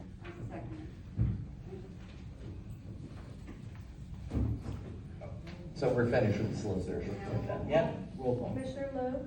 So we're just gonna skip the chairwoman's report? Okay. I'm sorry, is he the chair or are you the chair? I vote to go into executive session, I vote yes. I'm tired too. And it could have been a much shorter meeting had this been a little bit smoother. Roll call. Commissioner Lowe? So this, I just have a question for you. This is appropriate? That we skip over things on the agenda. We didn't even discuss whether or not we're gonna do them, because nobody asked if there was a chairwoman's report, right? Just Commissioner Brown made a motion to do something later on in the agenda, we're just gonna do this. I believe the chairwoman said that she had nothing to report. Okay. Okay. All right, yeah, let's go into executive session, shall we? Commissioner Shepherd? Yes. Commissioner Gaskell? Yes. Commissioner Brown? Chairperson Saucier? Yes. Are you gonna hang around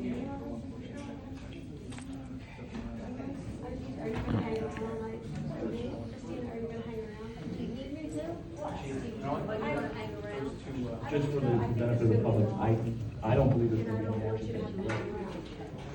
I have nothing that requires action in executive session other than discussions.